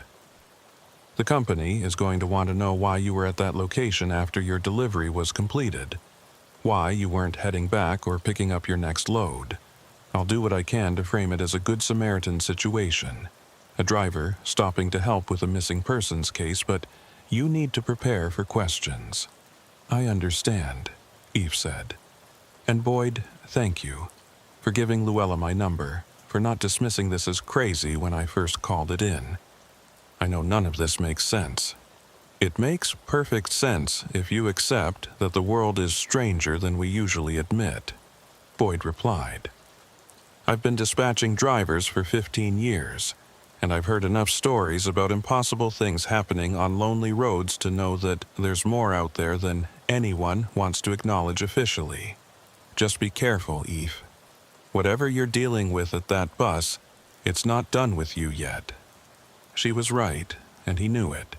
He could feel the pull even now, sitting in his truck half a mile from the median, feel the weight of unfinished business pressing against his consciousness. He'd opened a door, and doors had a tendency to swing both ways. What came out could also pull things in, and he wasn't sure he understood the rules governing the exchange. EPH drove to a truck stop 20 miles north and parked for what was left of the night, but sleep wouldn't come. Every time he closed his eyes, he saw the bus, not as it appeared in normal vision, but as it had looked in that moment when the light had poured through the opening, when the 2 temporal states had briefly aligned and allowed passage between them. The image was seared into his memory with a clarity that suggested he'd been changed by the experience, marked in some way that he didn't yet understand. He was still awake when dawn broke, painting the sky in shades of gray and pale yellow. He made coffee in his truck's small appliance, checked his messages, and found one from Tansy McCoy, finally returning his call from the previous day. Her voicemail was characteristically direct. Got your message about the bus that won't stay removed. That's temporal anchoring, classic signs of it. Object becomes tied to a specific moment, keeps manifesting in that configuration regardless of what you do to the physical structure. Only way to fully resolve it is to address whatever's keeping it anchored, usually trauma, sometimes unfinished business, occasionally something else entirely. Call me if you want to discuss approach strategies. And Eve, be careful. Temporal anchors can be unpredictable. He called her back, got her voicemail, left a detailed message about everything that had happened, and asked if she could come to the site to assess the situation. If there were 13 children still trapped, still bound to the bus through fragments of consciousness that couldn't complete the crossing, then he needed someone with expertise beyond his own. Someone who'd studied these anomalies, who understood the mechanics of how trauma could create lasting impressions on physical locations. By 8 in the morning, he was at the hospital, following Luella's directions to Tommy's room.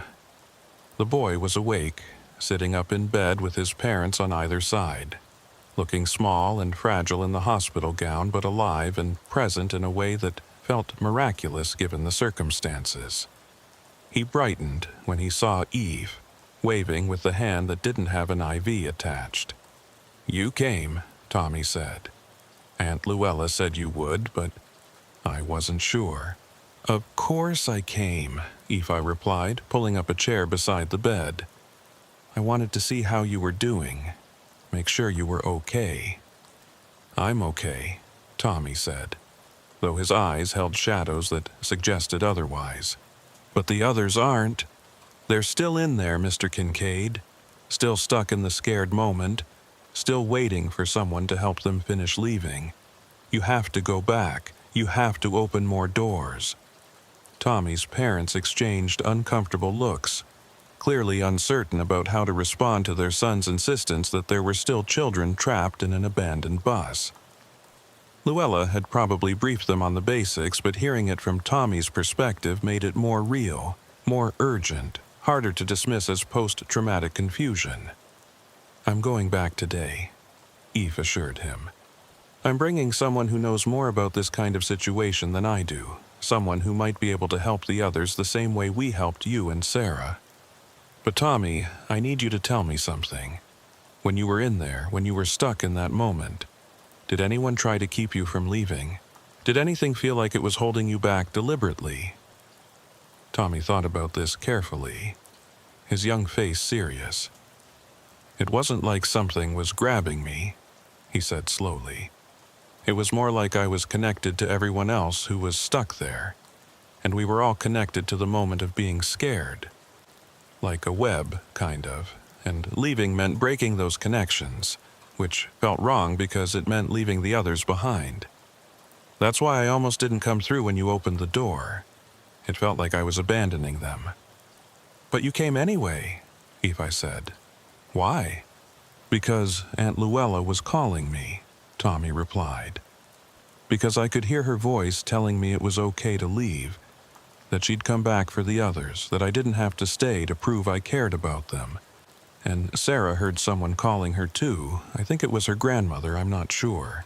But we both heard people we loved telling us to come home, and that was enough to break the connections long enough to get through." It was valuable information, suggesting that emotional bonds could override the trauma anchoring. If they could get family members for each of the trapped children, bring them to the bus to call their loved ones home, maybe they could facilitate more crossings.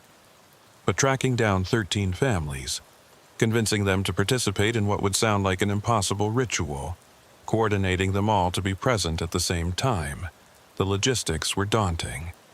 "I'll figure something out," Eve promised Tommy. "I won't leave them there. I'll find a way to help them." He left the hospital carrying the weight of that promise, knowing he had no clear idea how to fulfill it but unable to walk away. The bus was still there, still holding pieces of 17 children who'd survived an accident physically but hadn't survived it completely. 2 had made it home. 15 remained, and somehow, impossibly, F had become responsible for bringing them back. He drove to mile marker 18 with the morning sun barely clearing the horizon and found that the forensic team had finished their work overnight. The bus sat in the median exactly as it had before, though now it was surrounded by evidence markers and yellow tape marking it as part of an active investigation. A single highway patrol cruiser remained on scene, and Sergeant Tolliver climbed out when he saw Eve's truck approaching. "Thought you might come back," Tolliver said. "The forensic team found some interesting things, chemical traces in the interior that don't match any known compounds, temperature anomalies that their equipment couldn't fully explain, recording devices picking up sounds that weren't audible to human ears at the time but showed up on playback. They're classifying it as an unexplained phenomenon pending further investigation." "Which means they're going to study it," Eve said. "Bring in specialists, run more tests, try to understand it scientifically." "Which means they're going to take time we might not have," Tolliver corrected. "If there are children still trapped in there, if their consciousness, or whatever you want to call it, is gradually fading or degrading, then waiting for official channels could mean losing them permanently, Ev looked at the sergeant with new understanding. You want to help, you want to go off the books and do this unofficially. I want to do right by those kids, Tolliver said. I failed them when I didn't investigate properly the first time, when I let this bus sit here for months because dealing with it officially was too complicated. I'm not failing them again. So, if you've got a plan, if you know someone who can help, I'll do whatever I can to facilitate it. I'll keep the scene secured. I'll delay the specialists. I'll run interference with the bureaucracy. Just tell me what you need. What Eve needed was Tansy McCoy, with her expertise and her folders full of documentation about similar incidents. What he needed was the families of 15 missing or altered children, willing to stand in the rain and call their loved ones home. What he needed was understanding that he didn't have, solutions to problems that defied normal approaches. But what he had was a crowbar, a commitment to help, and the growing certainty that the bus wouldn't release its hold until someone forced it to. Until someone created enough openings, enough passages, enough connections between the trapped moment and the present that the children could finally finish leaving. Give me 24 hours, Eve said. I'll contact everyone I can think of who might be able to help. And then tomorrow night we're going to come back here with whatever resources we can gather, and we're going to open every door we can find until everyone who wants to leave has the chance to do so. Tolliver nodded. I'll be here, and I'll make sure no one interferes. Eve spent the rest of that day making calls, sending messages, reaching out to every contact who might have relevant expertise or resources. Tansy agreed to drive through the night to reach them, bringing equipment and knowledge she'd accumulated over years of studying highway anomalies. Boyd coordinated with dispatch to free up Eve's schedule, giving him the time he needed without asking too many questions she wouldn't want answered officially. And Luella began the heartbreaking task of contacting families, not to tell them their children were trapped in a school bus in a way that defied explanation, but to ask them to come to mile marker 18 the following evening for a memorial ceremony, a chance to say goodbye and find closure. Some agreed, some refused, but enough said yes that by the time night fell, Eve had a list of 7 families who would be present, who would call for their children and hope for an answer. It wasn't everyone. It wasn't enough. But it was a start.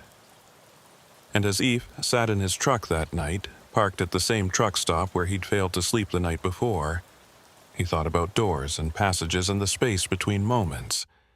He thought about how trauma could anchor consciousness to specific locations, how fear could create bonds stronger than physical distance, how love could sometimes cut through those bonds and bring people home. Tomorrow, they would try again. Tomorrow they would open more doors, create more passages, call louder into the space where past and present intersected. And maybe, probably, some of those trapped children would cross over, would finish leaving, would find their way back to the families who'd never stopped looking for them. But F suspected, with a certainty that sat cold in his gut, that not everyone would make it through.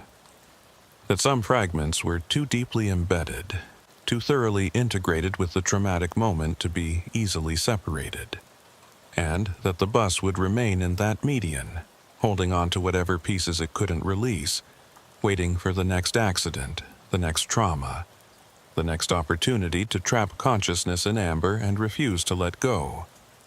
The road took what it wanted. The road remembered.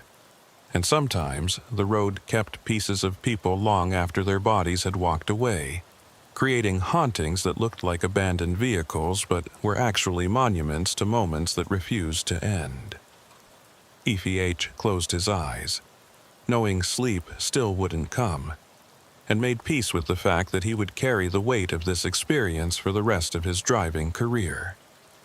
That every time he passed an abandoned vehicle on the shoulder, he would wonder what it was holding, what it refused to release, that he would never again be able to look at accidents the same way. Never assume that survival was as simple as walking away physically intact. The bus waited in the median. The children waited within the bus. And tomorrow, Eve would go back and try again to bring them home, knowing that trying was all he could do, and that sometimes trying wasn't enough.